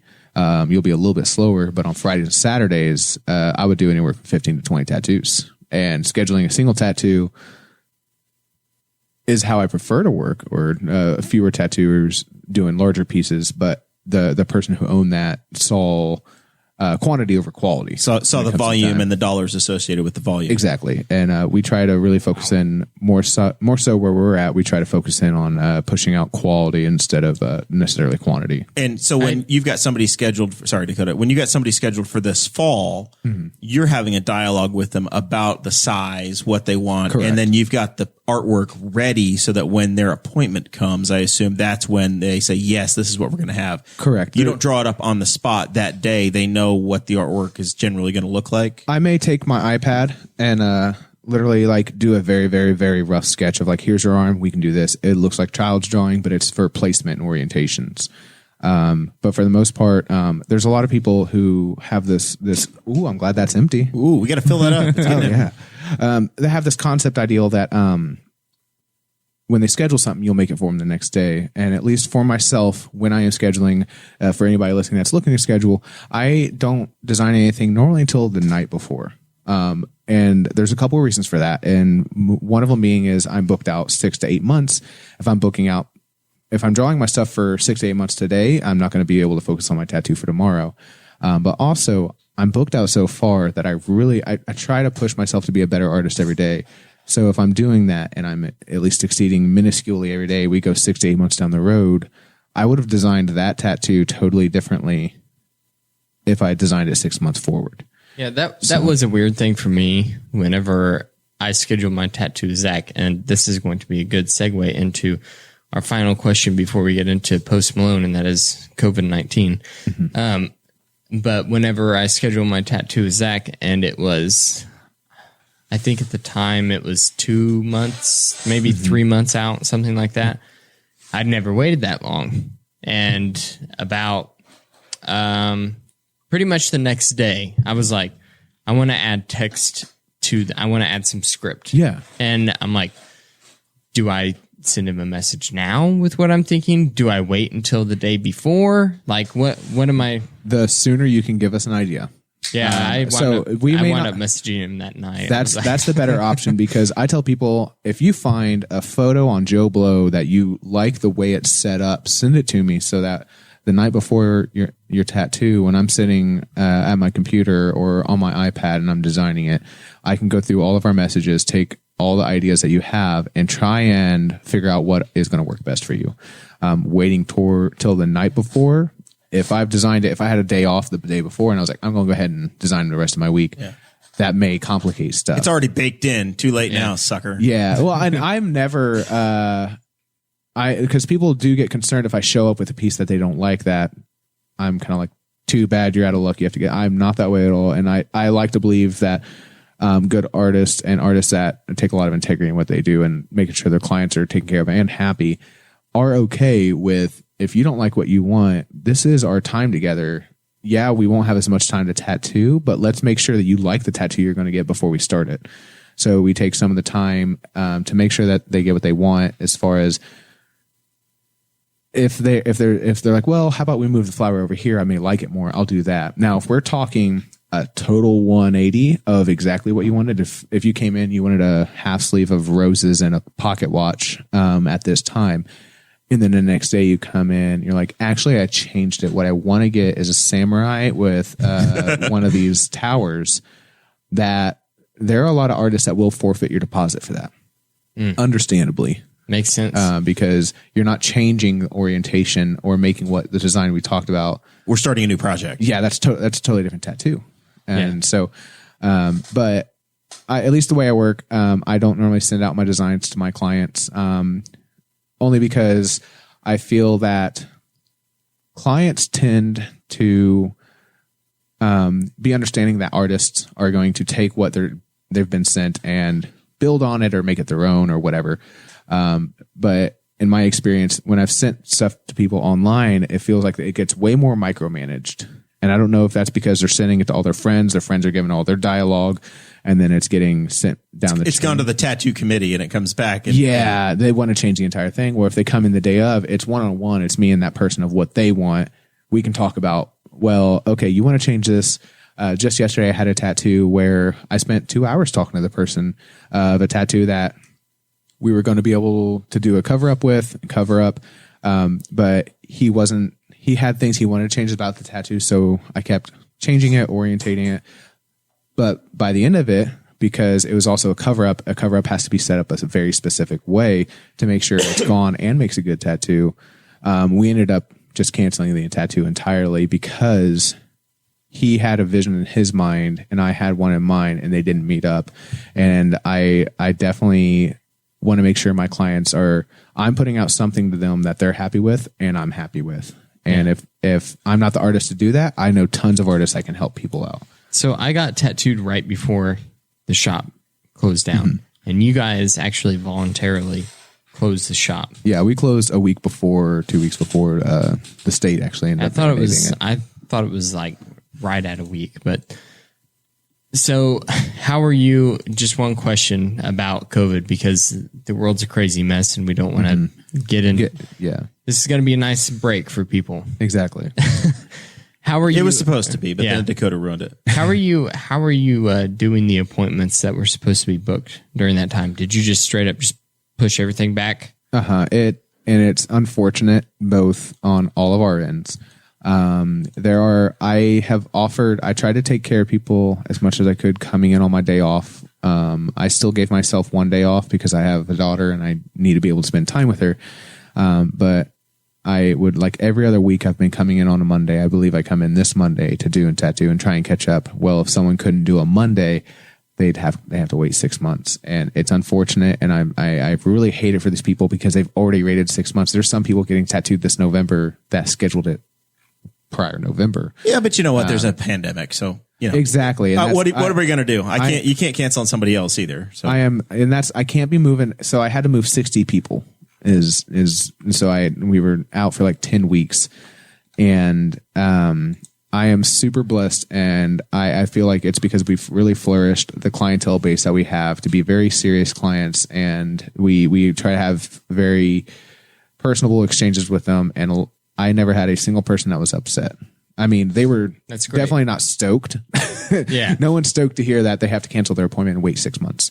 But I didn't have anybody try to give me any quarrels or upset. No one asked for refunds. I actually had a lot of people offering me like, hey, I know you're closed down during this time. I can pay my tattoo off now if you'd like to help you. And I told them that wasn't necessary. But the fact that we had so many clients that were willing to help us out, it really meant a lot. Fantastic. Yeah. I was definitely worried about it. I talked to Zach during it, and he's like, this is rough. And it wasn't even like he wasn't even concerned about like financially it being rough. He was worried. He was like, I love tattooing so much.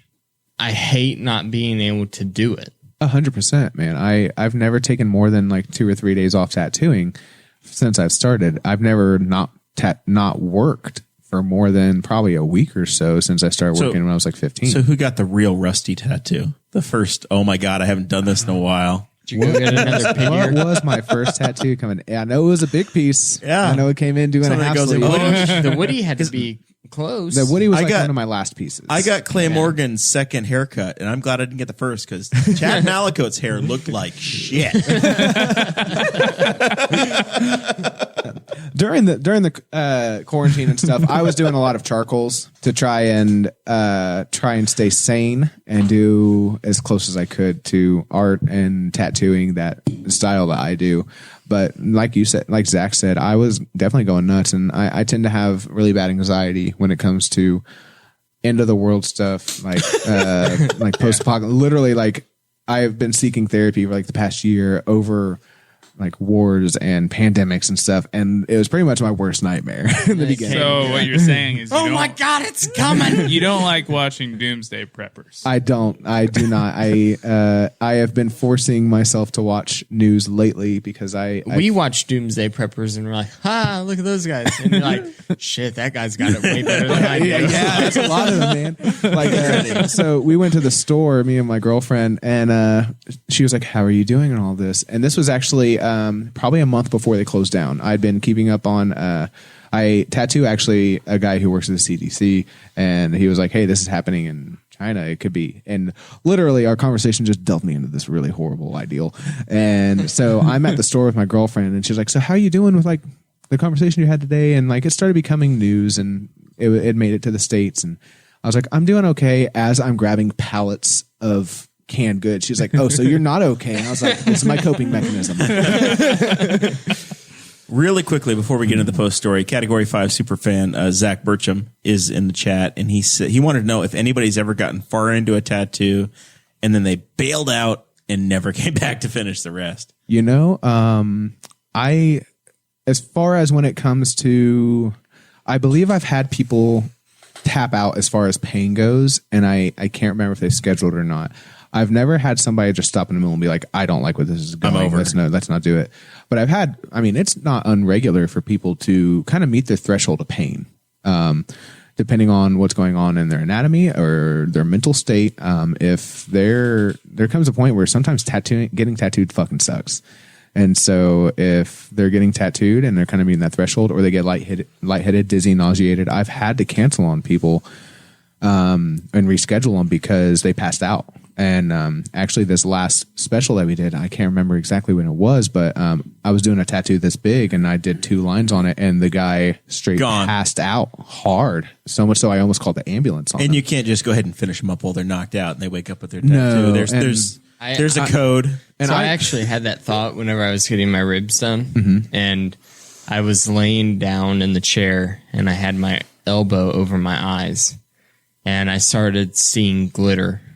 And I'm like, the thought came in my head, and I was like, maybe if I do pass out, he'll just finish. No, I actually, if someone passes out, they're done for the day with me. To me, you passing out is your body telling you that something's going on that it's not ready to handle currently. Yeah. And so I would rather schedule you for a time to when we can do it again. It's hard. I've actually never had somebody pass out in the middle of a portrait. I had somebody say they were feeling nauseous and lightheaded and stuff and didn't feel like couldn't continue going. And all I'd gotten is there's a shadow that normally drops off of a jawline, really sharp jaw lines, and it was looked like a Nike swoosh That's all I'd done on this person. And they're like, I don't think I can get it done today. And I looked down and I said, if you're going to do it, I have to know right now. Because if I continue more, I don't feel like I can confidently stop. Yeah. Currently, all I have to do is line up to the chin. If I'm starting in the middle of the lips or the nose or the eyes, then we're getting into a way more difficult project. And you don't want to live with this for 6 months. Exactly. That's the part to me that's like, you working in these large pieces is I'm like, I couldn't walk around with a half-done tattoo for 6 months. So I ran into that so much because I don't want my clients walking around for 6 months doing that. And like I said, I'm trying to become better as I'm going. So when I'm working on a sleeve 6 months at a time, it is more difficult. So I first started out by telling people book one tattoo a month and do that for 6 months. We'll see how far we get. So what I just recently started doing in the past couple of weeks, and I'm really excited to start it in 6 months, is if someone's wearing a sleeve, I'm like, all right, Bree, if you're very serious about it, I ask them, how committed are you to this sleeve? And if we have a conversation and it's going in a good direction, then we have good ideas together and I think it's going to work. I'm like, all right, book 3 consecutive days. We're going to finish your sleeve in 3 days. We're just going to knock it out. Yeah. And I've just recently started doing that. That sounds like so much fun. And we'll see. I'm actually starting it. And you'll have responsibilities around the shop. We expect you to mop. We have to check the mail. You're going to be on staff for 3 days. Yeah, there you go. So it's interesting. We'll see. Because I've never been tattooed for 3 days consecutively. So I'm actually starting. That with would be really interesting. One of my best friends, Dylan. I started with him. He hit me up for a sleeve, and I said the only way I'm going to do your sleeve is if you book for me 3 days in a row. And he's like, sure, I'll do it. Ugh, that might get rough. I'm going to use my vacation time this month on my sleeve. I'm just going to Monday, Tuesday, Wednesday, we'll be off. Now, when I was working on the college campus, like there are individuals who use vacation days or PTO days or whatever, and bend the truth on what their appointment is. When I was working on the college campus, these college kids are nefarious. They would ask us how much the piece is, and then they would get on the phone. And this isn't all, but more than a handful would get on the phone, call their parents, be like, hey, I just had this textbook come up. It's $150. Can you put that into my bank account? Go down to the ATM, draw it out, and then come pay for it because they didn't want their parents seeing they just been to the tattoo shop. Oh, boy. And you took their money. I did. I did not. I took their parents' money. It's different. Yeah. I am going to pour myself more wine. You go for it. You get it. And then we're going to get into the post story. So speaking of getting tattoos, so I've got this koi on my forearm here. Kyle Wardlow by the same guy. I tell you, ribs. you and I are like tattoo Are from buddies. the same small town. Yeah, we hook up with the same tattoo artist. So does my sister, apparently. Yeah, well, I got Zach on my bicep as well. So, but no, I asked my boss because, like earlier in the conversation, I've always told myself I will never get hand tattoos, neck tattoos, or face tattoos because I want something that in a business professional I can always cover up. Because I occasionally do deal with customers, and occasionally there are some farm shows that we do go to. But before I got this big koi on my forearm, I asked my boss. I was like, "Hey, I know we have no actual like policies about this, but is it okay if is it all right?" He goes, "Yeah, as long as it's not offensive, I don't care." I said, "Good, because I've already got the appointment for Saturday." He goes, "All right, see ya." So. And I mean, he's older. Well, he was. He's retired now, but still older. Chase, what's your next tattoo going to be? What do you want? I don't know. Oh, yes. Probably something outdoorsy. I don't know. You get a fishing lure? Something that means something. I'm not going to get a fucking sloth riding a donut doing a dab on my leg like my sister. Like I said, really good tattoo. It looks really good. It's just, to me, it's a dumb idea. It means something to her, which is what matters. But I mean, that's where it runs into. I actually, when I was working on Ball State campus, I believe it was sociology or psychology professor asked me to come and speak. Is that your phone? Not me. Not mine. Not me. It's probably Dakota. It's Dakota again. The professor over there of psychology asked me to come and speak about like why people get tattooed and everything, and that's why I'm like, there's not necessarily a To me, a dumb tattoo is one that's not going to look good. Yeah. That's kind of where I lie on it, and that comes up more subject matter style and everything like that. But as far as like, I have some really dumb tattoos. I'm trying to think of some because I have a lot. I have a tattoo, middle school S done by Post Malone on my hand. He tattooed you. Yeah, he did. I had him tattoo me that night.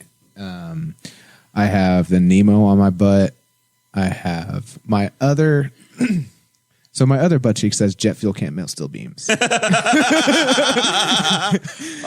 the truther in him comes out. And I was like, it'd be really funny if I got a cover up and it was George Bush's face. Me and my cousin, we always said we get tattoos together. And we always said we were going to get Mr. Feeney from Boy Meets World on one of our butt cheeks. Just because we loved Boy Meets World growing up. Yeah, man. Everybody thinks butt cheek tattoos are going to be real fun, and they really suck. Yeah. There's two that I've consistently discussed, and that's the Morrell family crest that 2 of the 6 have gotten so far. And then the Indianapolis Motor Speedway wing and wheels. That something along that line would be interesting as well. Very nice. But I'm not ready to commit.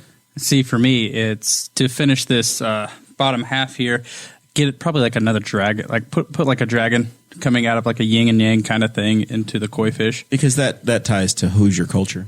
Absolutely it does, sir.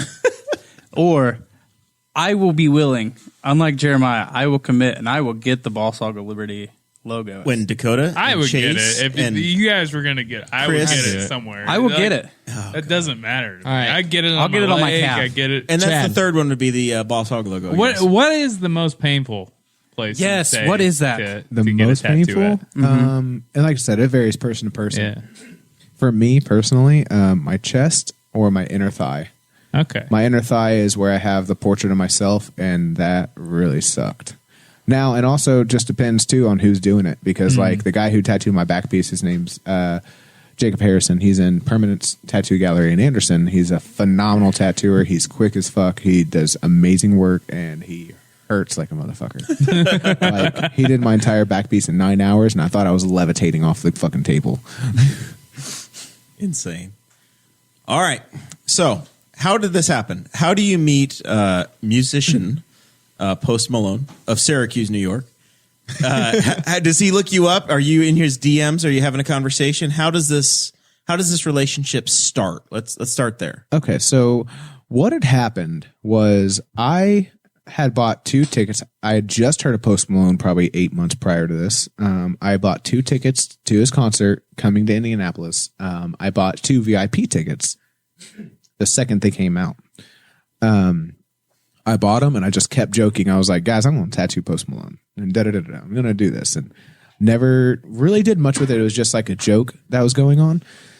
And probably a month before the concert that he was coming to town, we were redoing the floors at the tattoo shop, and someone had made the joke about it. It was like, Chad's going to the concert next month. He's going to try and tattoo Post Malone. And I kind of got a wild hair up my ass. And I was like, I'm going to try and make that happen. So to clarify, the news had said he came to Newcastle, that he found me. He reached out to me. None of that happened. What had happened was I actually initially had sent him a message on Instagram, and I was like, I only have at that point 1,000 followers, and it's hard for me to respond to everybody. There is no way this gentleman is going to even see this. So I was like, so who could I reach out to? Who can I contact that would get to me quicker, that has a much lower contact list, I guess. So I did research and I found out who his manager was. His name was Dre London. I found his email address.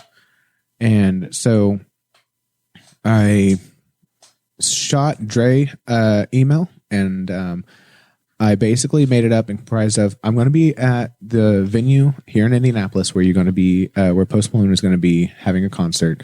And I own a tattoo shop in Newcastle, Indiana. I really appreciate what you guys are putting out. I really enjoy your music. If you guys or anyone is interested, I'd be willing to come to you guys and provide you guys free tattoos all night, just for the experience, to show you guys, to give you guys a good experience that I'm sure you give many other people.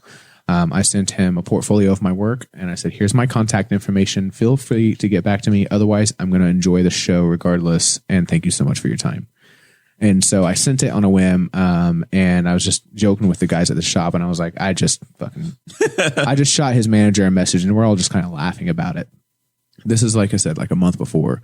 And then my buddy Jesse and I go to get some lumber from the place here in town. What's that Gilman's? called? Gilman's. We went to Gilman's and we pull in and I got an email back within the hour and it was from I can't remember his other manager's name off the top of my head, but he said, hey, we were wanting to make this happen. Here's my cell phone number. Send me a text. Let's see what we can do. And I kind of dropped my phone. I was like, Jesse, I just got Got a live one. I was like, I just got shit. Post Malone's manager's cell phone number, and I'm really confused. So, we were texting back and forth about what we're wanting to do. Oh, Bobby Greenleaf. Bobby Greenleaf is his name, and he said, we're going to try and make this happen. Da, da, da, da. And I said, okay, so if anybody is wanting something, please try and send it to me so I can have everything prepared when I come. So I try and send a message back the next week. He said, yeah, I'll make sure to get a hold of everybody. Couple weeks. And then the day before the concert, I texted him. It was like, any idea? And I actually didn't receive a response. So the day of the concert, the night before, I was like, you know what? Fuck it. I'm just going to load my shit up in the van. If something happens, I'll be ready. Otherwise, I'm going to have a great time. Yeah, exactly. I had VIP tickets. I was just going to watch the concert and enjoy it anyway. So, I went to the Greek Islands in Indianapolis. I'd planned on just going shopping, trying to get my mind off of what possibly could happen or not could happen. And Where was the venue? something River, White River State Park. White River State Park. Yeah. Correct. It's an outdoor concert venue in Yes. downtown Indianapolis. Yeah, it's actually, it was way smaller than I thought it was going to be as far as like the stage and stuff. But I was at Greek Islands. I was just bought way too expensive of food. And I sent one more text to Bobby and I said, hey, I'm just letting you know I have everything ready for anyone wanting tattooed. Thank you so much, even just for the consideration. I totally understand. Otherwise, you guys have a great night and I'll enjoy mine. And he texted back. He said, you're going to get a call from Jay Santiago here shortly. We're going to get you backstage. And I was like, okay. So he calls me and he's like, hey, what's your license plate number? I need to get you back. And I literally, my food had just came to me and I was like, I'm not eating. There's no way. So we go back and this is probably at 3:30 and Jay meets me at the gate. We go through, we get unloaded and everything. And we actually, I tattooed him in his dressing room. So,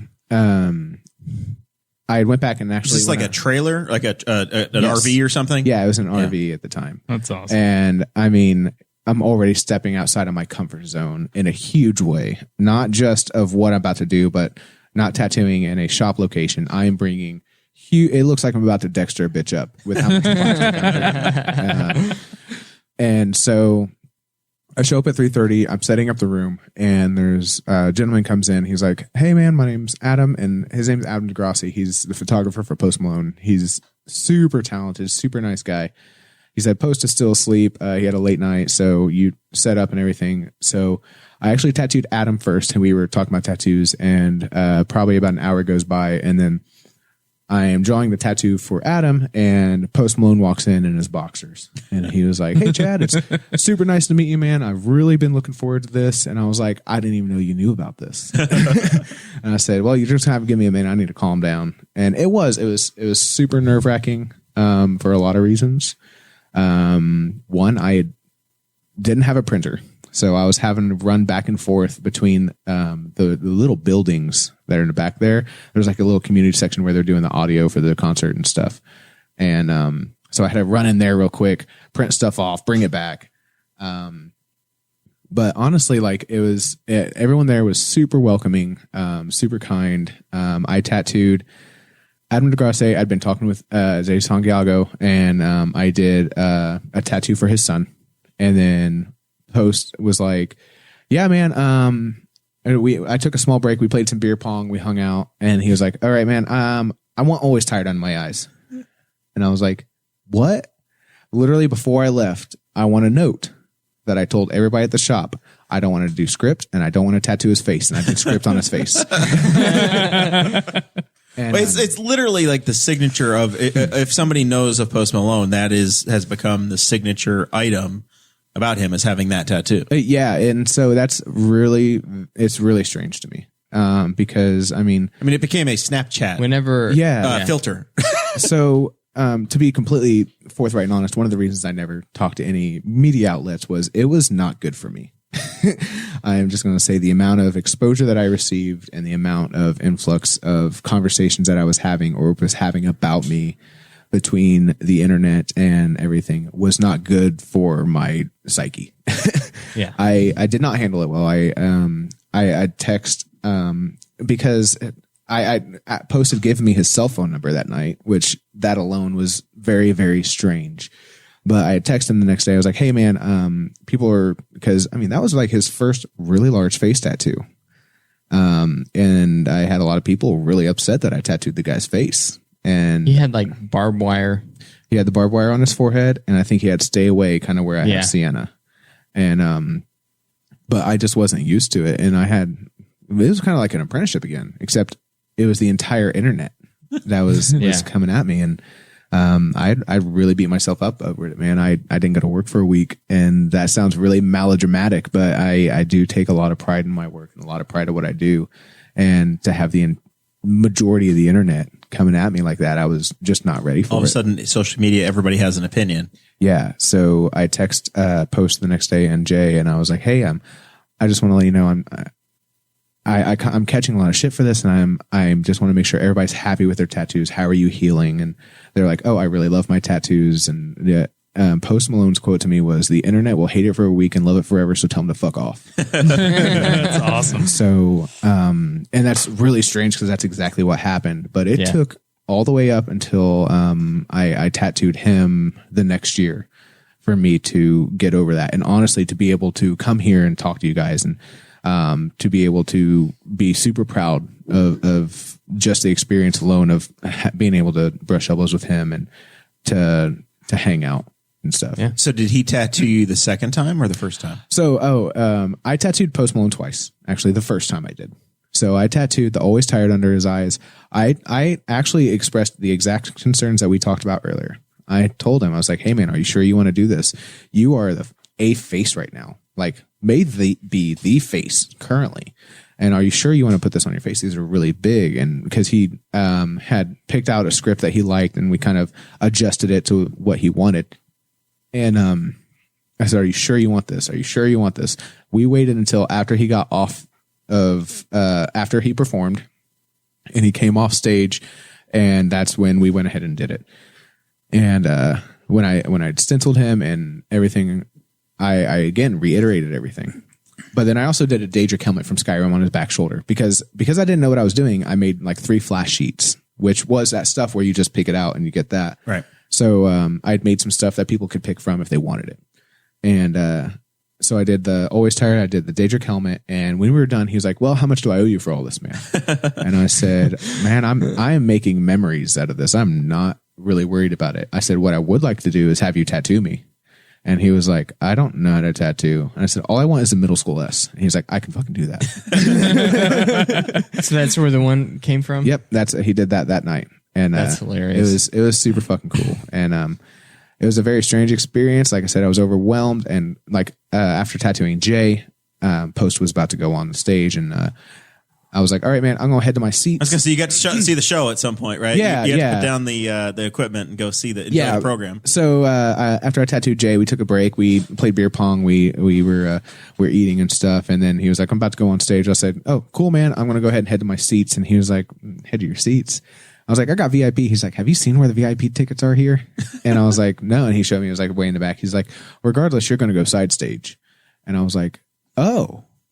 Okay." Wow. And so I got to watch the show side stage, which was amazing. And literally it was an overwhelming experience that kind of overshadows what's going on when I'm like, this is currently my life, and I don't know how to handle it. So I left halfway through the show. I was like, I'm about to tattoo Post Malone. I understand that I'm getting to watch this side stage, but I'd rather be back preparing for what I'm about to do. Right. So halfway through the show, I'd watched some of it, but then I went back and started designing his tattoo and everything. And that's when he came back and he plopped down on the couch and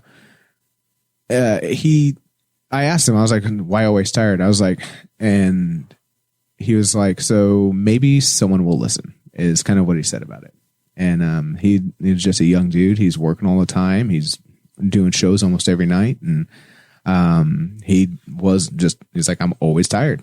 And I think that was kind of his way of just like reaching out and stuff. So the relationship has continued. At least the next year you came back and you've become the when they come through Indianapolis, they come and see you. Yeah. So when it came around the next year, that was a little bit less formal. I had him and Bobby's number, and I text Bobby. I said, hey man, if you're interested, if you want to get tattooed again, I'd be willing to come in way more prepared. I'll bring a second artist, and we can do way more tattoos. We can have a good time, and it's at a much larger venue. It was really crazy to see how much he'd blown up.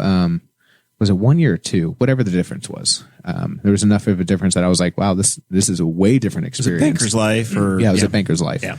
And so are you on the Olive Garden tour? Do you go to Olive Garden with him before, as he comes to town? Or No, but, you get the Italian dinner ahead of time? I also do love Olive Garden because they have a vegan minestrone soup that is delicious. And so I text Bobby and I asked him if they wanted tattoos and stuff. He's like, oh, we 100% want to make this happen. Just prepare everything, be ready. Tried reaching out for what they wanted. I never got that either. But the day of the concert, we'd been talking in between, and he said, hit me up. We'll see if we can make it happen time-wise. Hit me up. We can make it up time-wise. The day of, he texted me that morning, and he's like, hey, man, we're not going to be able to do this. Time's just not lining up correctly. It's becoming very difficult. And I said, I completely understand. But he said, I am going to give you because I said I had me, Zach, and we had our girlfriends, which worked as our assistants for this. They were doing paperwork. They were setting up for us so that we could do as many as we could. He said, I'm going to give you guys 4 pit passes just for how much you support us and everything. And I said, you really don't have to do that, but I really appreciate it. Thank you guys so much for just everything you've done in my life. But I do have 2 human skulls I was wanting to give the Post Malone. So is there any way I can get backstage just to give him those? And his response was, man, how the fuck did you know he was going to want those? So he said, text me at 5:00. We'll see what we can get done. And we didn't know if anything was going to happen. 5:00 rolls around. We actually went to a arcade cafe or arcade bar that was in Indy right around from Maker's Life. We're sitting there hanging out. We're having a couple of drinks. 5:00 rolls around. I text him. He's like, go ahead and meet us at the loading docks. And I just like slammed my drink. I was like, all right, guys, we are leaving right now. And we went, and it was a much different experience. We were way more prepared in sense of what to expect. From my side, kind of that awestruck of like what is happening it was still nerve wracking. Don't get me wrong, but it was definitely easier going into it the second round. It was much larger. Zach had went with me. He tattooed his ass off. He did a ton of tattoos there. I think between the 2 of us, we probably did 15 to 20 tattoos that night. That's amazing. And when I tattooed Tyler Yahweh, we were hanging out with some of those guys, tattooing them, and then we went to go hang out with Post. And before we started tattooing, I kind of took him aside. We were kind of just talking and snacking on food and stuff. I was like, hey man, I need to ask, do you like your face tattoos? Like, cause for all this time, it's been eating at you. You've been worried about it. And his response was, I love my face tattoos, man. And you created like one of the most iconic tattoos in these days. And he said, you're a big part of my life and it really means a lot. And that subsided anything that anyone else could ever have said to me. And that's how I have to look at like when I'm tattooing any other client. That's awesome.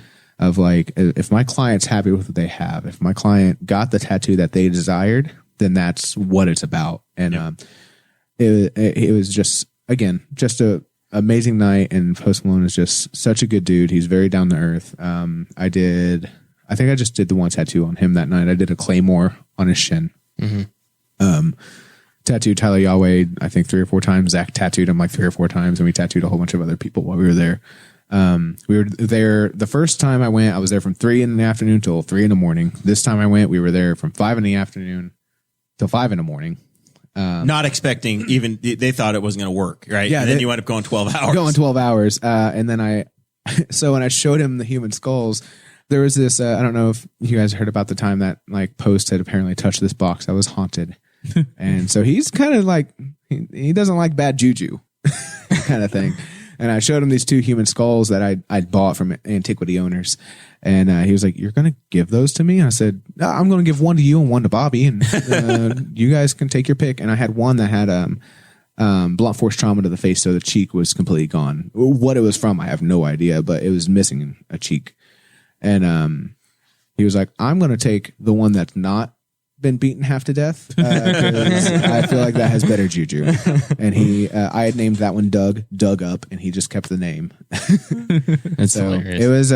it was a very surreal experience, the entire thing. I did a very short Rolling Stones interview, and within that interview, I pretty much told them the only way I'd be doing it if it was by email, because I wanted time to write out my answers and everything. And the only thing that I think they took from my interview was talking about the pain he experienced while getting under his eyes tattooed, because he definitely did not enjoy that. Yeah, so with the Rolling Stone article, I went down. We were on vacation in Fort Myers Beach, and I went to a tattoo studio there, and I just had some script done on the back side of the ankle that Zach had tattooed the front side. And I'm talking to the lady, and she's like, "Where are you from?" I was like, "I'm from Newcastle, Indiana." I was like, "It's a really small town, but actually, we just had a local tattoo artist that tattooed Post Malone's face." And she was like, was it his name Chad or something like that? And I was like, "Yeah." And she was like, "My name is Dow Hakuana." And she said, she was like, "I'm in the same Rolling Stone article." Really? And I was like, "No joke." And so she pulls up the article, and she's reading it. She is quoted in the Rolling Stone article as Lil Wayne's personal tattoo artist who popularized face tattoos in the rap world. That's super fucking cool. Isn't that like, That's so interesting. you're talking about how like it blew up.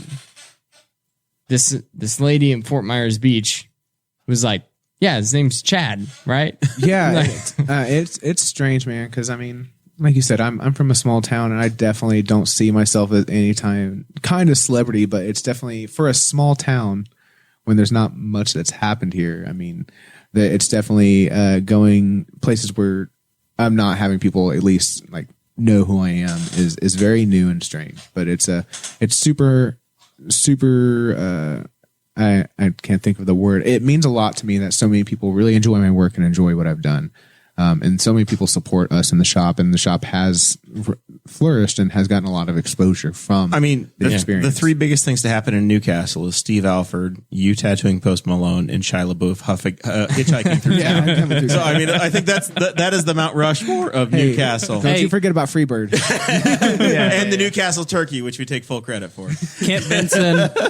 And, of course, Kent Benson. Come on. He was a guest. So which tattoo did this artist do on you? She just did another script from Marcus Aurelius Meditations, and it says "Remember, all is opinion." So I think it fits well with the Leviticus tattoo. That's super cool. I really enjoy that. Well, very good. All right, so this is the time of the show where we start to wrap up and work on final thoughts. We work our way through the room, give everybody a chance to promote whatever they meant to. If we forgot to cover something, we get into that. And normally Chase at that point starts to talk on the show, and he'll take a half an hour. So we'll start with Guffey, and then we'll work our way back around. Just local news. I mean, obviously, we all know that the street department here in Newcastle has burned down. We've lost the majority of our trash trucks, snowplows, stuff like that. So I assume we lost all of our new toters. I don't know if they were in the building. The hot box. The hot box. The It's roller. a true probably. hot box, not the thing that teenagers do, but the true hot box is gone. Yeah. So, if you live in Newcastle, just be patient. They're going to do the best they can. They'll get it figured out. The council will work, do what they got to do. Did we?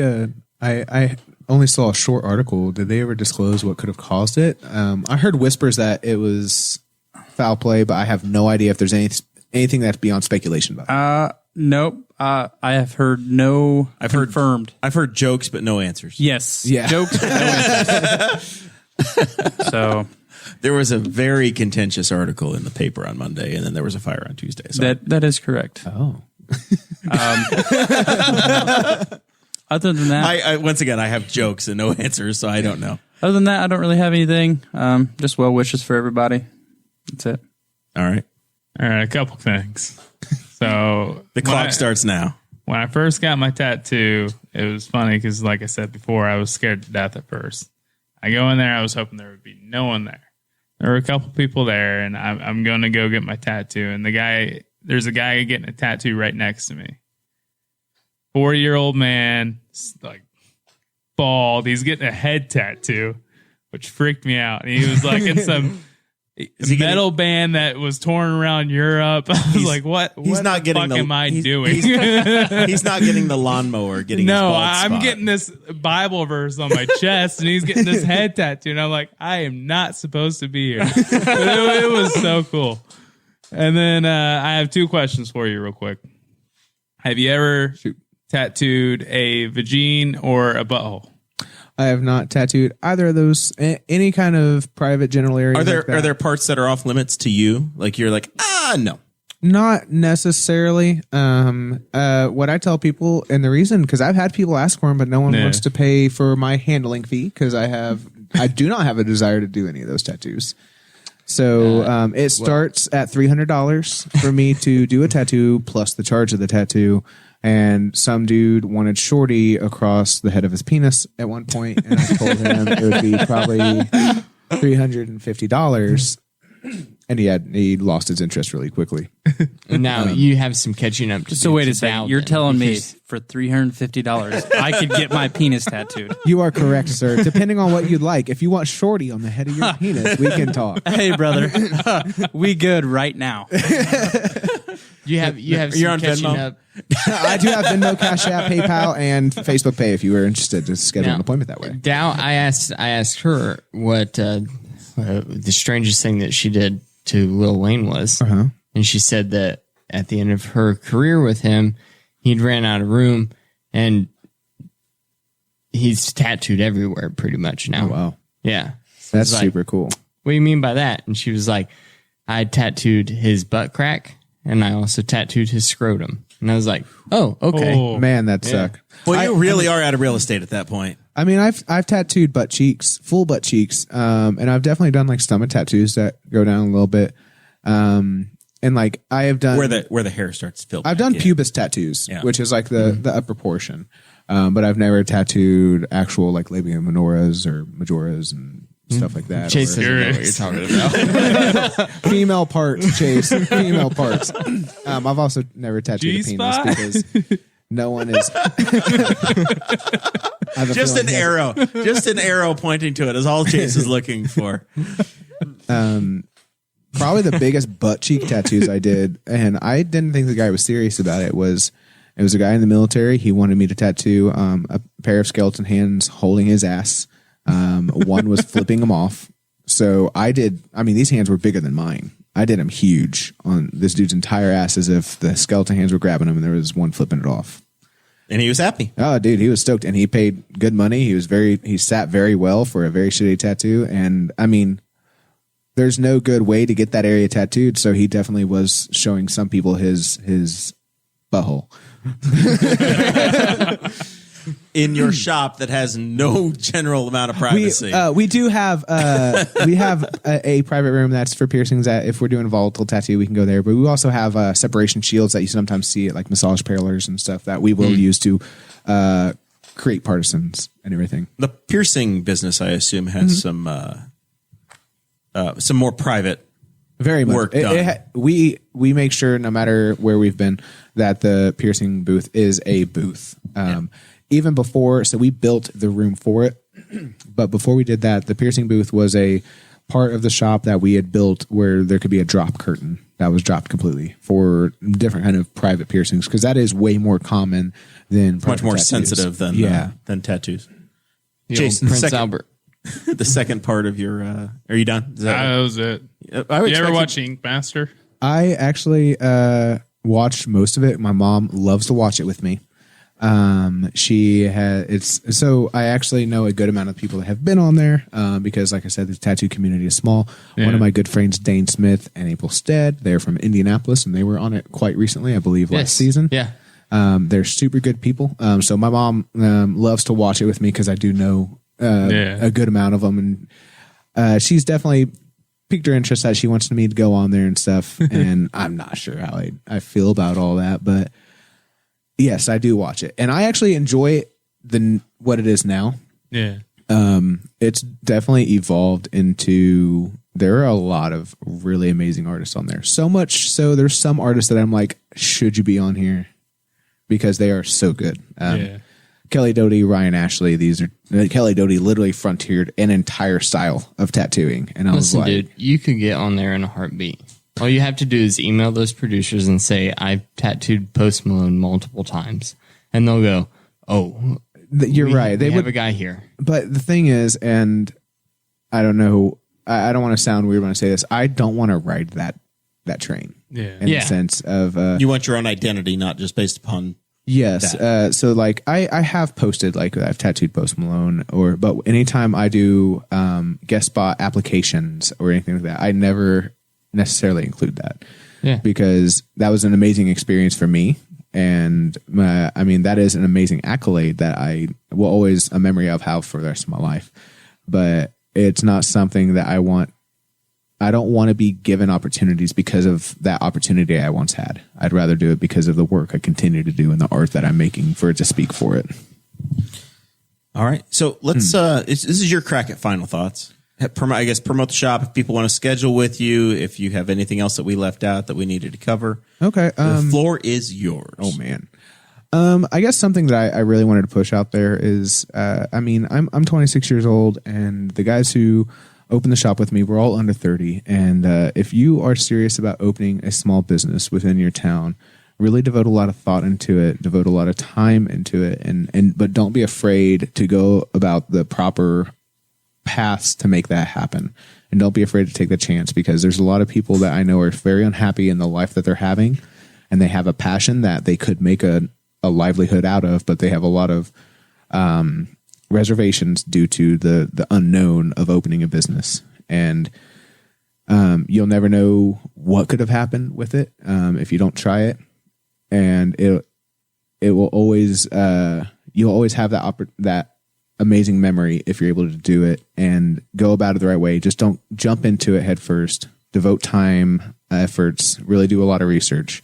But I see a lot of young people that are really afraid to get in a small business because they have this idea that it's impossible. And just really put your head to it and don't give up on that dream. As far as like if you're wanting to schedule with me, if you're interested in getting tattooed by me or anyone at the shop, you can find me on Facebook or Instagram. On Facebook, it's Chad Elwood Rowe. On Instagram, it's at Chad Rowe Tattoos. You can also email me at chadrowebooking@gmail.com. Like they said, and we talked about, I am booking anywhere from December to January to February. If you're just interested in getting a tattoo and you're interested in our shop as a whole, you're welcome to hit up Underdogs Tattoo Gallery Facebook page, and we can try and direct you to a tattooer that best fits the style you want. Aside from that, thank you guys so much for having me, and it's been a pleasure talking to you guys and everything. It's been exciting to just have you with us today. All right. Dakota. First of all, Chad, thanks for coming on. Really appreciate it. No, thank you, man. And second of all, the Libertarian Party of Henry County is having our annual convention this coming Saturday. Ticket sales stop tomorrow. Make sure you buy your ticket to get in for the convention, because that's how we pay for the food, to have it catered. That's how they know. How Dakota knows how much food to order as well. I already ordered the food, so hopefully we break even. I didn't want to play it any closer, but we're having Buffalo Wild Wings, and it's going to be good. And then also thank you to John Phillips again, because he set me up with a good deal. Go see him at Andy Moore Buick and GMC and Fishers. Now your job is to get him set up with that cover up. Yeah, that's true. Yeah, let me know. Your car dealer wants a cover up. It's you got to get him the hookup. You got to get him set. Yeah, shoot me a message. You said his name is John?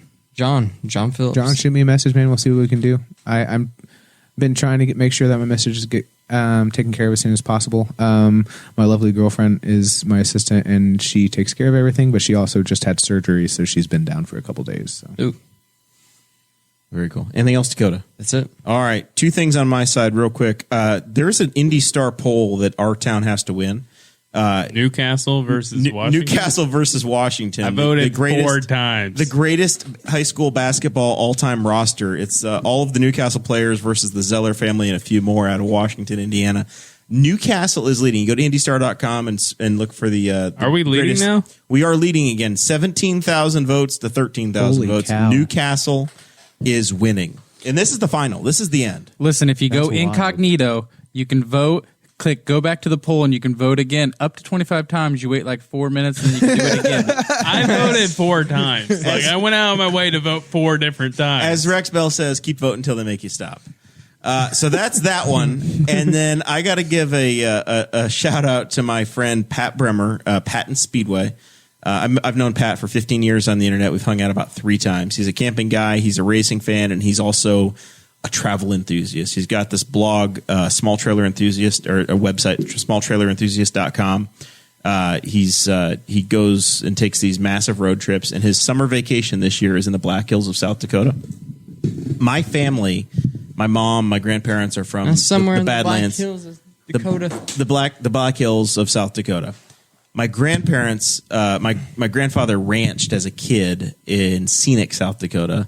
And I'm like, hey, I sent him a text. I saw he was out there. I'm like, hey, just so you know, if you come across a little map dot of a town called Scenic, that's what my grandparents are from. Kind of shared a couple stories with him. He's like, yesterday I get this message from him. He's like, hey, I'm in Scenic. I'm like, kidding me? You're on your family vacation and you went 60 miles from Rapid City to go show up at this place on your tour of the You could Badlands. say he took the scenic route. He took the scenic route. And then he's like, exactly, I'm like, hey, well, get a picture in the jail. There's a little town jail. It's a ghost town at this point. Nobody lives there. Or very few people live there. It's like Strawn. There's truly like animal bones on the roof of the saloon. It's like Metamora. Oh, that's cool. This is old school. So he gets a picture with his grandkid in the town jail. And I'm like, somewhere I've got to dig it up. There's a picture of me in the as a 10-year-old standing in the same jail cell. And I'm like, well, my grandparents are buried a mile up the road or whatever. He drove out to the cemetery and found a picture of my grandparents' grave or whatever, and posted all these pictures. He took all these pictures and made this little album and posted and tagged me yesterday. So check it out. Pat Bremer, amazing friend. I can't believe he went 50 miles out of his way on his family vacation to go to scenic South Dakota. Dad, why are we going to the cemetery? Exactly. To drive out to this. I'm like, I don't even think the cemetery is going to be open. I'm pretty sure that when somebody dies, they mow the grass to let you in. I don't think the gate is open. I'm like, the whole thing. I'm like, this is not like going to the Newcastle cemetery. This is like off the beaten path, ghost town nothingness. But he did. He went there, and it was crazy. That's awesome. Amazing. So anyway, shout out to Pat. Thank you guys very much for supporting the show. Incredibly happy that Chad joined us tonight. We will be back next week, Thursday. Don't know what we're talking about yet, but episode 166, Thursday night next week, 7:00. Thank you for listening to the Boss Hog of Liberty, which is part of the We Are Libertarians Network. I am Chris Spangle, and I am the founder of this network, and I invite you to listen to all of our shows, which you can find at WeAreLibertarians.com or by searching for these in your podcatcher. The flagship show is the We Are Libertarians podcast, where we apply libertarian principles to current events. The Brian Nichols Show is a conversation amongst Republicans, Democrats, Libertarians, Independents, as they talk about what is happening in the news. And we have many other podcasts like The Chris Spangle Show, Upward, The Cost, Raw Audio Politics, Miranda's World, and Tad Talk, which is quite a ride. So check all of these out. Go to WeAreLibertarians.com and you can check out all of our great podcasts. Thanks for listening. Thank you for listening to the We Are Libertarians Network. Get our other shows at WeAreLibertarians.com.